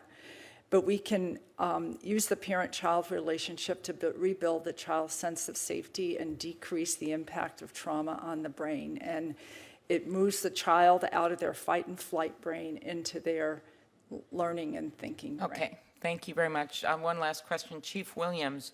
I remember one of our police officers in Lake City, Minnesota, who went to a domestic violence scene, had on his bulletproof vest by a very, very severely mentally ill young man who was abusing his girlfriend, who was very young. He just shot him in the head when he came to the door. The officer was at the funeral. 3 little kids, a little girl with a blue dress with stars all over it, walking down the aisle of the church where only 3 weeks ago that proud dad, who is now dead, had sat in the front row watching his kids in the nativity play. Something you don't forget. Could you quickly talk about some of the dangers that law enforcement officers face when responding to a domestic violence call, and how those dangers are amplified when an abuser is armed? So thank you very much for that question, Senator. I can give you a practical example that actually happened in Phoenix. Very clearly, a boyfriend shot and killed his girlfriend inside, and then lured Phoenix police officers to the door, shot 5, injured 4 others, one of the largest scale events that we've had because of a domestic violence incident. This is troubling, it's real, and it's impacting not just the children in our community, but our officers are being traumatized, impacted, and shot as well. Well, thank you. I didn't know about that story, but I think you see similar stories across the country, and it just shows that there is not just one victim in domestic abuse. There's the family surrounding that victim, and then there's the entire community, including police officers. So thank you, and I'm just really thankful that it looks like we are finally advancing this bill, and I think it's going to make a big difference in these types of cases. Thank you, Chief. Thank you, Senator Klobuchar. Senator Coons. Thank you, Chairman Durbin. And I'd like to thank my colleague, Senator Klobuchar, for her long work on closing the boyfriend loophole, and to thank the other colleagues I have on this committee and other committees, Senators Murphy, Senator Cornyn, and many others who are working to move forward on this framework. Mr. Willingham, Mr. Schachter, your personal testimonies of loss and of tragedy are what is propelling this body to act. More funerals than weddings. To hear your stories of your father, your brother, your best friend being victims of gun violence is just another part of the wave of contacts, calls, emails, testimony that we've all gotten in the months since the horrific attacks in Buffalo and Uvalde. I've been flooded with messages from constituents begging for change and demanding Congress do something. I've heard from law enforcement, from pediatricians, from children, from educators, from parents who've been impacted by violence. Let me just briefly share two things I've heard. Dawn Hall, school social worker in the Brandywine School District, says she sees kids every day afraid to go out of their home or attend school because they fear if they go out, they won't return. Tracy Manza Murphy, known to me as the executive director of the Delaware Coalition Against Gun Violence, told me that communities as well as individuals experience trauma from gun violence, and the invisible wounds on communities scar generations. Doctor, your testimony amplifies that same point. We can't allow this carnage to continue to traumatize children, families, whole communities, whether it's daily gun violence in our streets, whether it's horrible losses through suicide, or it's mass shootings that seem to rivet the attention of the country. I am glad to be working with 20 colleagues on a framework, and I think this package of reforms doesn't move every solution we might hope, but it makes progress on a number of solutions that many of my colleagues have worked on for years, and it will save lives. I was glad through my congressional delegation to deliver a $2 million congressionally directed spending investment in community violence intervention programs in Wilmington, Delaware, where I'm from, and excited to see the support for President Biden's request for millions more for similar community violence intervention programmings. I've also been proud to work with Chairman Durbin and Senator Booker on the Preventing and Addressing Trauma with Health Services, or PATHS Act, to surge resources to mental health programs for communities experiencing trauma from gun violence. Let me ask two quick questions, if I might. Mr. Willingham, there's been a lot of discussion about mental health solutions to prevent gun violence, but I'd also like to focus on the mental health needs of those who've been indirectly impacted, who are the family members or community members. What kinds of services or programs do you think Congress should support to help children who've experienced gun violence live through and move past their trauma?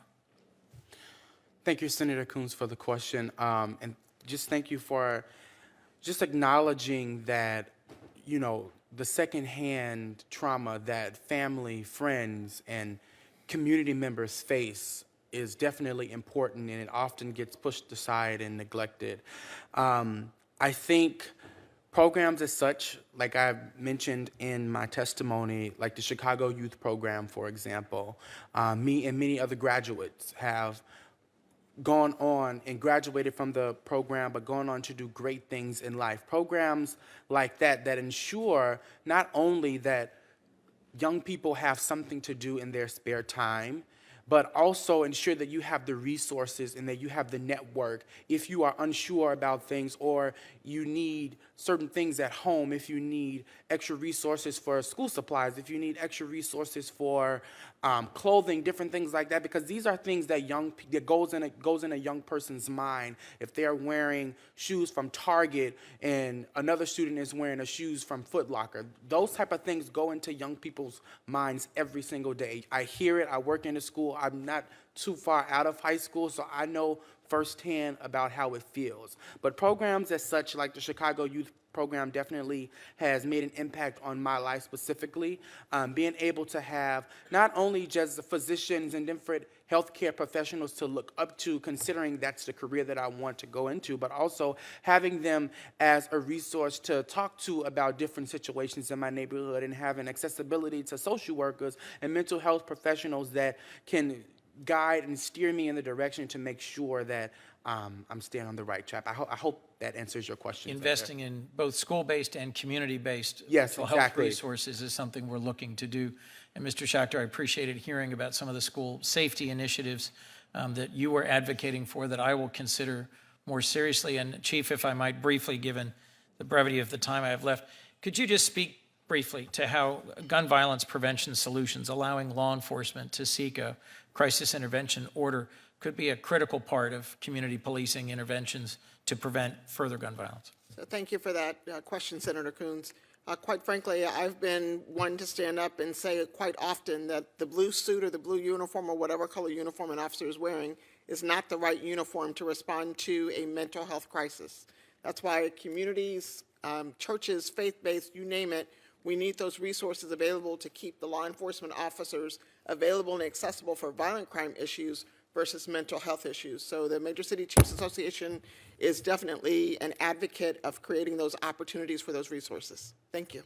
Thank you. Thank you, Mr. Chairman. Thanks, Senator Coons. Senator Blumenthal. Thanks, Mr. Chairman. Thank you to you for your leadership on this issue, and to many of my Judiciary Committee colleagues, and on both sides of the aisle, as you mentioned, Mr. Chairman. I know there has been discussion about the need to intervene and take action when there are warning signs, and so often there are warning signs, the so-called red flags, the evidence of an emergency risk that justify a court order to separate a person from a gun when he says he's going to kill himself or others. And I am very sympathetic to the Eagles Act in its objective of training school officials to identify and intervene, and to other measures that I want to say I think are important to keep in mind and perhaps support. But at the core of protecting people from those shooters who may kill or injure themselves or others is the idea that they have to be separated from the firearm. There has to be some kind of authorization, a court order, after due process, after evidence-based testimony. And that's why Florida's red flag law alone, which has been used more than 8,000 times, has been effective in saving lives, and why I believe so strongly that the proposal that Senator Graham and I have worked on over the years, and we've modified it for this proposal, really has to be integral to moving forward. Just keep in mind, red flag orders can only be temporary at both the emergency stage and after a hearing, notice, an opportunity to be heard. They can only be brought by certain individuals, such as law enforcement. They can only be issued by judges who determine the need for them based on evidence in court. But without this kind of court intervention, the identification is going to fall short of stopping the killing. So I am hopeful that we can move forward with this package. I'm very clear-eyed about the obstacles still to be overcome and the work ahead of us. We're on a very tight time schedule, and I am hopeful that we can land a package that truly saves lives. It won't be everything we want everything we need, but it will be a start. We can build on it and demand more.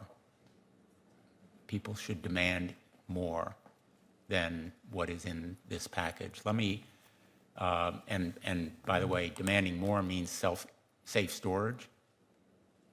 Let me ask you, Chief Williams, I have long been an advocate of Ethan's Law, which would provide for safe storage. Unfortunately, is not in this package, but it is a proposal that can save thousands of lives. Ethan's Law must be on our agenda. Would you agree? Thank you for that question, Senator. We at the MCCA do agree that safe storage is definitely a component in making sure that there is responsible gun ownership, as well as keeping the guns not being accessible to young people and juveniles. And do you agree that a red flag or emergency risk protection order statute or crisis intervention that is ordered by a court is important in saving lives? So thank you for that question also, Senator. Yes, the MCCA, we do concur with the red flag laws as well. Mr. Schachter, I appreciate your leadership on both the Eagles and the Luke and Alex Act. Do you view those as compatible with a red flag or emergency risk order statute? 100%, Senator. The threat assessment and the Eagles Act is the first component of getting all the stakeholders together to figure out what's going on with this individual and then to get them the help they need. The red flag law is one of the tools in their tool belt that they use. And so the threat assessment is done first to investigate, bring all those stakeholders together, to bring all the information together to connect the dots. And then if we need, then you have the red flag law to remove that weapon from that dangerous individual. So they work hand in glove together. They're very, very important that they are together. Yeah, absolutely. I agree with you. Thank you for everything you're doing. Thank you very much. I appreciate the advocacy and the insights of everybody on this panel. I think we are in a very different political environment where people on both sides are heeding the American people's demand and plea, do something. And I think your point, Mr. Schachter, is very important for my colleagues to understand. They can be for the Eagles Law and the Luke and Alex Law and view it as mutually supportive. Together. Thank you. Thanks, Senator Blumenthal. Senator Leahy. Thank you, Chair. You know, I state the obvious when I say it's been a particularly heavy month for our country. May 14th, murder 10 in Buffalo motivated by a racist conspiracy theory. 10 days later, mass shooting that claimed the lives of 19 fourth graders, 2 teachers in Uvalde. Just days after Uvalde, even more mass shootings, scenes of carnage, every corner of America. Our children and our grandchildren having their lives cut short by gun violence.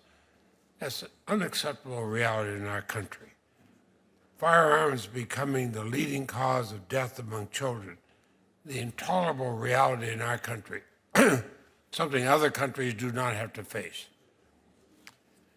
I think it's time that everybody acknowledge the reality and do something about it. Protecting the lives of our children and our grandchildren, that shouldn't be a matter for debate or disagreement. There is hope on the horizon. I'm glad to see agreement on a bipartisan package of bills that begin to address gun violence in this country. It's a good start. I wish it went further, but I know how difficult it was for them to get there. I am particularly encouraged the agreement includes key provisions for my bill, the Stop Illegal Trafficking in Firearms, which I've been working on for the past 10 years with Senator Durbin and Senator Collins. This bipartisan legislation will help combat straw purchasing, something that law enforcement all over the country tell me is important. I know there's no single answer, but we've got to do better for our children. When I was a prosecutor, every time there was a shooting that resulted in death, I went to the scene, whether it was 3 o'clock in the morning or 3 o'clock in the afternoon. I've never gotten those scenes out of my mind. I can recount every single one of them, every single second, every single thing I saw. And that was a tiny fraction of what we're seeing today. So Chief Williams, thank you for your testimony on behalf of the Major Cities Chief Association. They want us to update the law. They want us to ensure federal prosecutors can hold straw purchases accountable. I hear that from the police in my state. What kind of, tell us about the dangers, the real dangers these straw purchases create. So thank you for that question, Senator. At the end of the day, as I previously mentioned, I have had 9 officers shot in 6 months. These individuals that are shooting my officers are not legally purchasing firearms. They are purchasing them illegally, whether it be straw purchases, ghost guns, you name it. It's creating a dynamic that's not just impacting the youth and the young people in our community, it's impacting law enforcement. And sir, if I may, you mentioned the trauma that you are recalling as you go to those scenes. Imagine being a police officer having to go through that instance and those scenes involving yourself and or fellow officers, as well as victims of domestic violence and other victims of gun violence. So it is a problem. It's something that needs to be addressed, and the MCCA strongly advocates for strong prosecution in those cases as well. Thank you, sir. And are you finding that there are drug gangs that use these straw purchases? So thank you for that question too, Senator. As you previously mentioned about violence, it's a multitude and multifaceted. Yes, gangs. Yes, drugs. Yes, trying to, complete a transaction is definitely happening in our communities. Thank you. And Mr. Willingham, I watched your testimony earlier, and I was struck by your testimony about attending more funerals than weddings as a young person in Chicago. Your fear of being shot if you stayed close to home. I understand you're pursuing a future as a physician. My wife is a medical surgical nurse, and I have a great deal of appreciation for those who seek jobs in the medical field. Doctor, I include you. What's the main message you want to leave with us? If there's one thing you want every member of Congress to hear, what do you hope your life story tells us? And just, thank you, Senator, for the question. And just so I have a clear understanding, in terms of my life story or in terms of the message that I want to leave in the message you want to leave. Well, if I can just start off by saying it, as Chief Williams mentioned, gun violence and violence itself is a multifaceted issue. And there are multiple ways to tackle it, multiple avenues that we can take. And mental health is definitely a big concern and has been, especially through the pandemic. However, I don't think that mental health, it's a problem, but I don't think it's the core problem of that's what, why gun violence is so prevalent. The problem is, committee members, is that the mental health professionals that are present in communities that are suffering from gun violence all look like you. They don't look like me. They don't look like other people of color that have been through mental health trauma. They look like you guys that are esteemed, coming with affluent backgrounds. They don't look like me, people who can secondhand attest and have faced that sort of trauma. So in addition to legislation revolving around gun control, we need more mental health professionals, not just mental health professionals, but mental health professionals that, one, looks like the people that they're serving. Because how does it look that a person that doesn't look like me can come and tell me something about gun violence and you've never experienced it? You don't know the first thing about gun violence, and you don't know the first thing of how it feels to be affected by it. And you're not living in the community. You have never dealt with it. So that's the message that I want to leave off on today, Senator. Thank you for your question. Thank you, Chair. I understand Senator Ossoff has an agreement to go next with Senator Padilla and Senator Cruz. Senator Ossoff. Thank you, Mr. Chairman, and thank you, Senators Padilla and Cruz, for allowing that. Reflecting on and preparing for this hearing, and I thank our panelists for your testimony. My wife and I welcomed a baby daughter into the world in December, so she's just passed her 6th month. My appreciation for the extraordinary, heart-wrenching, unimaginable pain of those who lose their children has been magnified and deeply affected by the experience of parenthood. And so whether it's the parents of those killed in Texas or the parents of the children taken from us, taken from all of us, all of their potential extinguished, their lives of limitless possibility cut short, the pain of parents every day losing children to gun violence. Now the number one cause of death for American children, babies, it's profound. I thank you all for being here. I'm going to just take my remaining time and read into the record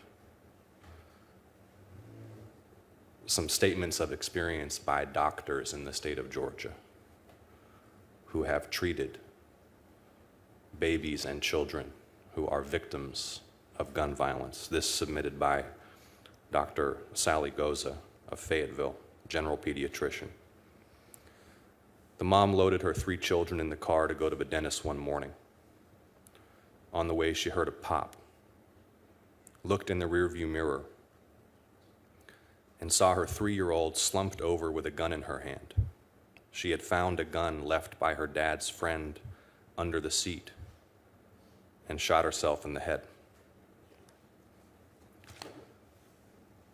These submitted by Dr. Nabia Mahmood, pediatric critical care, Atlanta, Georgia. Quote, I lost a sweet 6-year-old one day. She and her younger brother were waiting in the car as their mother worked under the hood, trying to figure out why the car wouldn't start. As curious children do, the 4-year-old boy got bored and jumped out of his car seat. He found a loaded handgun in the glove box and unwittingly fired it, hitting his sister directly through the right eye.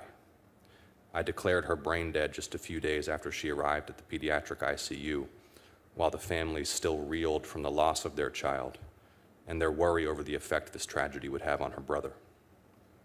She continues, one night I was alerted to a trauma being flown in. A 7-year-old boy had been shot while playing in his front yard. He was simply too sick to survive. His heart had stopped multiple times, and the lack of oxygen irreparably damaged his organs. When his heart finally stopped for the last time, his mother screamed and begged me to bring him back. The whole team cried as we told her there was nothing more we could do. She continues, I remember the 9-month-old baby who underwent hand and brain surgery in the same night. She was riding in a car and her mother when their car was sprayed with bullets. She had her tiny hand in the air. The bullet went through her hand and into her head. She probably saved her own life. The bullet's trajectory went through her brain, but missed the most important structures. She survived, but with significant neurologic deficits. I really, Mr. Chairman, commend the senators leading these bipartisan efforts. I pray that we will get a result that saves the lives of babies and children in this country. Thank you all for being with us, and I yield. Thank you, Senator Ossoff. Senator Cruz. Thank you, Mr. Chairman. Thank you to each of the witnesses for being here today. All of us are horrified at the mass murders we see unfolding across our country. Mass murders in schools, mass murders in churches, mass murders in large cities across our country, day after day and week after week. And I believe everyone on this committee wants to prevent those murders.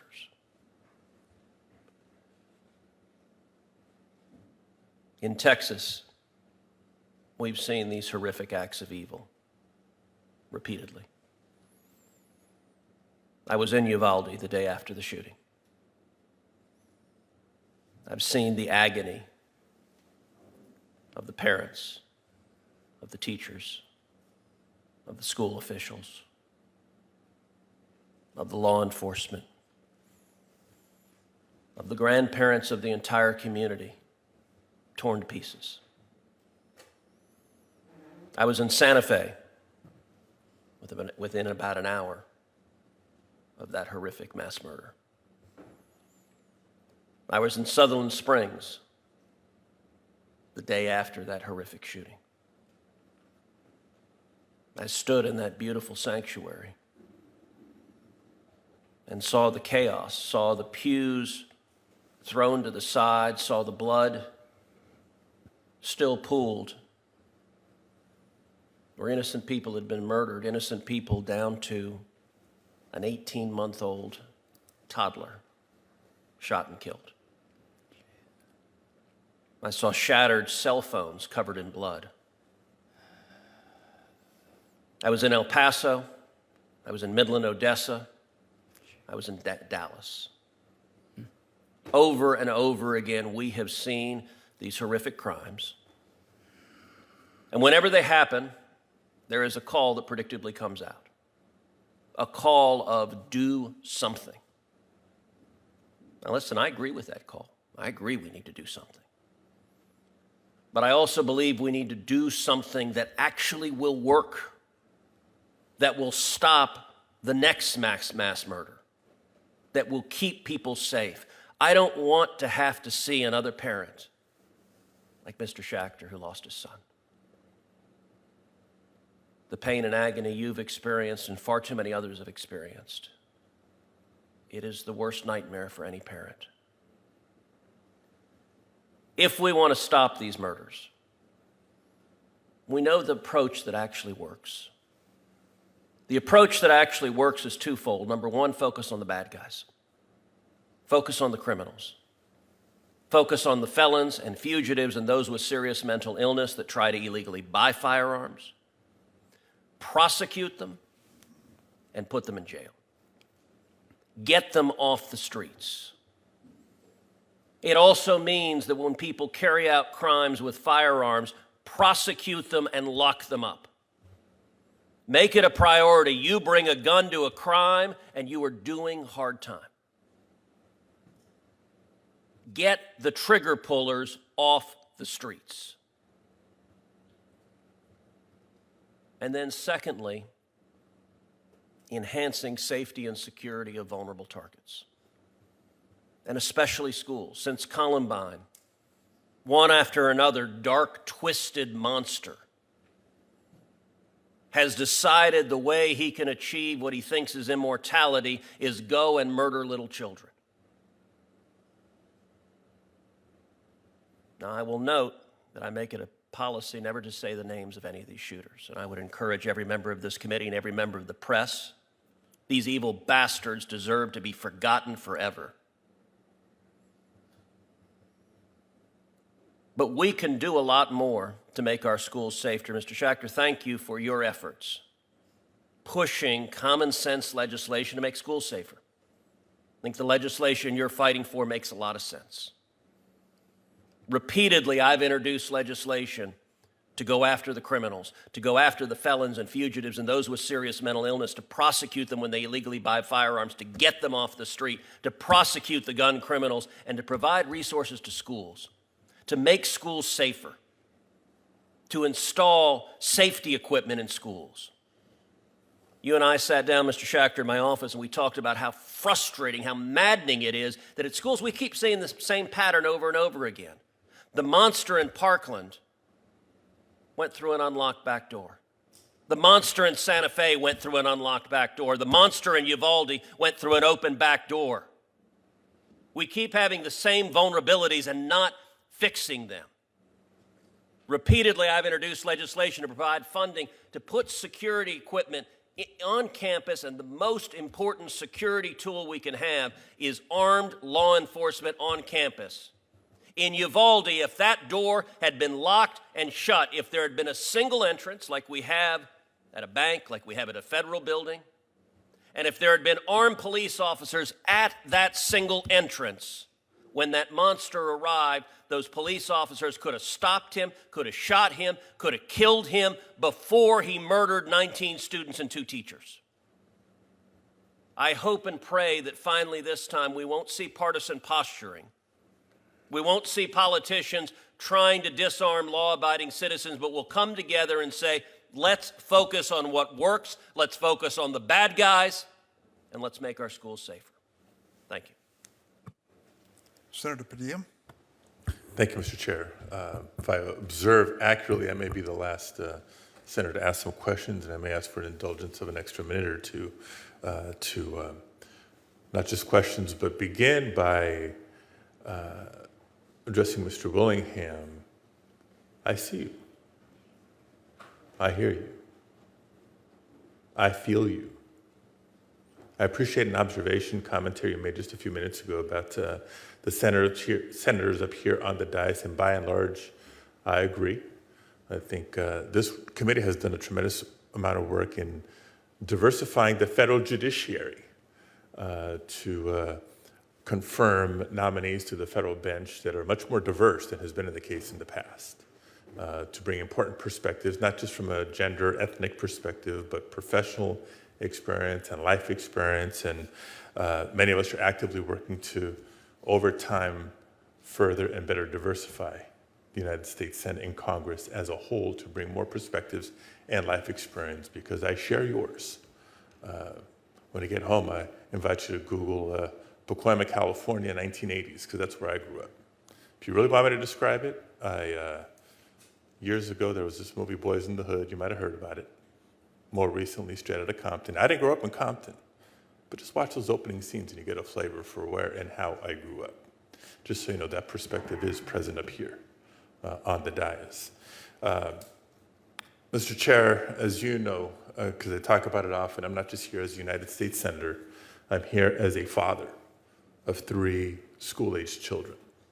And so my heart remains broken for the families and the friends of the victims in Uvalde, Texas. And as we continue to learn more about how law enforcement responded to the active shooter and more about the school security apparatus, there's a lot to unpack there still, but we cannot let that distract from the underlying issues of unfettered access to guns. So that's why I too am encouraged by the progress that seems to be being made on a bipartisan basis here in the Senate, and look forward to supporting the legislative framework that was announced this last weekend that will, among other things, close the boyfriend loophole that Senator Klobuchar talked about, invest significantly in mental health, and I have a question on that here in a minute. Would also enhance background checks for buyers under the age of 21, among other things. Senator Murphy on our side of the aisle has done a tremendous job, and I want to give credit to Senator Cornyn, who spoke earlier, for leading the Republican side of these negotiations, because we do owe it, not just to the community of Uvalde and the families there, but for the communities across the country who have for too long been impacted by senseless gun violence. We owe it to them to take action. And what I am confident we will achieve here in the days and couple weeks ahead will still leave us with more work to do. It will still leave us with more work to do. My first question is in regards to access to guns. So over the years, we've seen a growing threat posed by at-home kits used by many to build untraceable guns. So we're talking a lot about retailers and how old you have to be, background checks, etc. But ghost guns are a growing challenge. Less than 1 week after the tragedy in Uvalde, a 16-year-old boy was arrested in Berkeley, California, my home state, following reports that he was attempting to recruit students to attack a local high school. Upon searching his home, officers found parts to build rifles, they found explosives and various knives, all of which he had legally attained. Shortly thereafter, officers also arrested a 17-year-old boy in Menifee County for threatening to shoot up a school and being in possession of a ghost gun. My question, Chief Williams, I see you nodding, is for you. In your written testimony, you state that Congress must ensure that law enforcement has the tools and authorities it needs to mitigate the threat posed by privately manufactured firearms. Besides establishing a penalty for possessing a ghost gun, what else would you urge Congress to do? Senator, thank you for that question. It's actually a very good question. We have a strong partnership with the Alcohol, Tobacco, and Firearms, or the ATF. Local and law enforcement, because of our resources that we don't have, we have to engage more with the ATF. So Marvin Richardson, if I may put that on the record, has been an amazing lead in that cause. What I would advocate in answering your question is creating dynamics where we are able to, as law enforcement, trace those ghost guns and trace those parts that go to make the ghost guns. And once that tracing happens, be able to link that person and strongly prosecute them. So, thank you. And we may have some follow-up on that topic, but I do want to just add for the record that California is one of the states that does have an assault weapons ban that is seeking to raise the age of being able to purchase a firearm from 18 to 21 and other protections. And as a result, there's 8.5 gun deaths per 100,000 population in the state of California, 38% less than the national average, which is 13.7, and approximately 40% less than it is in Texas, where it's 14.2. So yes, smart gun safety laws do work, but they're not as effective as they can be when it's only state by state. We need federal protections. And by the way, Californians are 25% less likely to die in mass shootings. Now, the other issue I wanted to raise, Mr. Chair, is in regards to mental health. Now, I have to confess, when I heard the framework that was announced last weekend, without an assault weapons ban, without a ban on large capacity magazines, and such an emphasis on mental health, I paused initially. In a time when we're statistically averaging over one mass shooting a day, more mass shootings in America this year than days on the calendar, we have to pause and consider the trauma-inducing effects that these weapons and the violence that they create have on our children and on our communities, especially following school shootings. Dr. Szilagyi, your organization joined others in declaring a national state of emergency in children's mental health last year. And among the list of recommendations you all released is a call to increase federal funding so that we're better able to screen, diagnose, and treat mental health needs of children. Can you discuss specifically how this would benefit children who have been exposed to gun violence? Thank you very much for that question, Senator Padilla. Yes, we did declare a national health emergency in children's mental health, and it was jointly declared by us, the American Academy of Child and Adolescent Psychiatry, and the Children's Hospital Association, because mental health problems are at epidemic proportions among our youth, and they've only been getting worse. I think that increased funding so that we can diversify our workforce, as Mr. Willingham noted, train and educate the current workforce that we do have to do this work a little bit differently in a trauma-informed way, in a way that is culturally humble, so that we can use the tools that are out there. There are evidence-based tools for screening and assessment, for diagnosis, evidence-based interventions for treatment, for families that we do identify or children we do identify who are struggling and who have difficulties. I would also just like to point out that those with mental health problems are far more likely to be victims of violence than to perpetrate violence, and that a forensic analysis done in 2019, looking back at all the mass shootings in America back to 1966, found that 100% of those who perpetrated mass shootings in schools all had significant trauma histories. They grew up in violent homes, they were abused and neglected, they were bullied, and they had high levels of community violence, or some combination of those factors. So I think having the right tools will help us. We also do need more funding for community-based health centers, as was noted today, school-based mental health, and integrated care in our primary care settings. I think there are a lot of things we can do. I think everybody in this room knows that a complex problem doesn't have a simple solution, and I think all the multi-pronged efforts around improved mental health services, building safe schools that are physically safe and emotionally safe, sensible gun laws, and safe gun storage are all components of that complex. My wife, Angela's a mental health advocate, so she's educated me well, and I thank you for your comments. Mr. Chair, I'll just end with this. I mentioned that when I first heard the framework, I had the pause of such a focus on mental health, which it was a crisis before the COVID-19 pandemic. It's been made much more acute, particularly for young people, over the last couple of years. And what more than convinced me to support the framework was an interview I saw just a few days ago. One of the teachers that survived in Uvalde, and for the life of me, his name is escaping me at this moment, but when I saw him on national news apologizing to the parents of the community in Uvalde to please forgive him. He did everything that he could. Reminded me that after a mass shooting for years and years and years, such a focus on mental health is used to distract from the gun safety side of the conversation. Mental health, could we have prevented this? Could we have identified a troubled young person? I get it, that's part of a conversation. That alone isn't the solution. But I saw this teacher pouring his heart out, and I said, the parents of the children who died are going to need help. The children who survived are going to need help.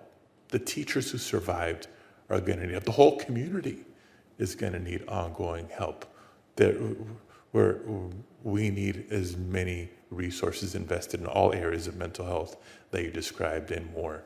And we hope we're on the verge of doing exactly that. Thank you, Mr. Chair. Thank you, Senator Padilla. This hearing is coming to a close, and I want to say that there's a request for statements to be entered in the record. I have a long list, and without objection, they will be entered.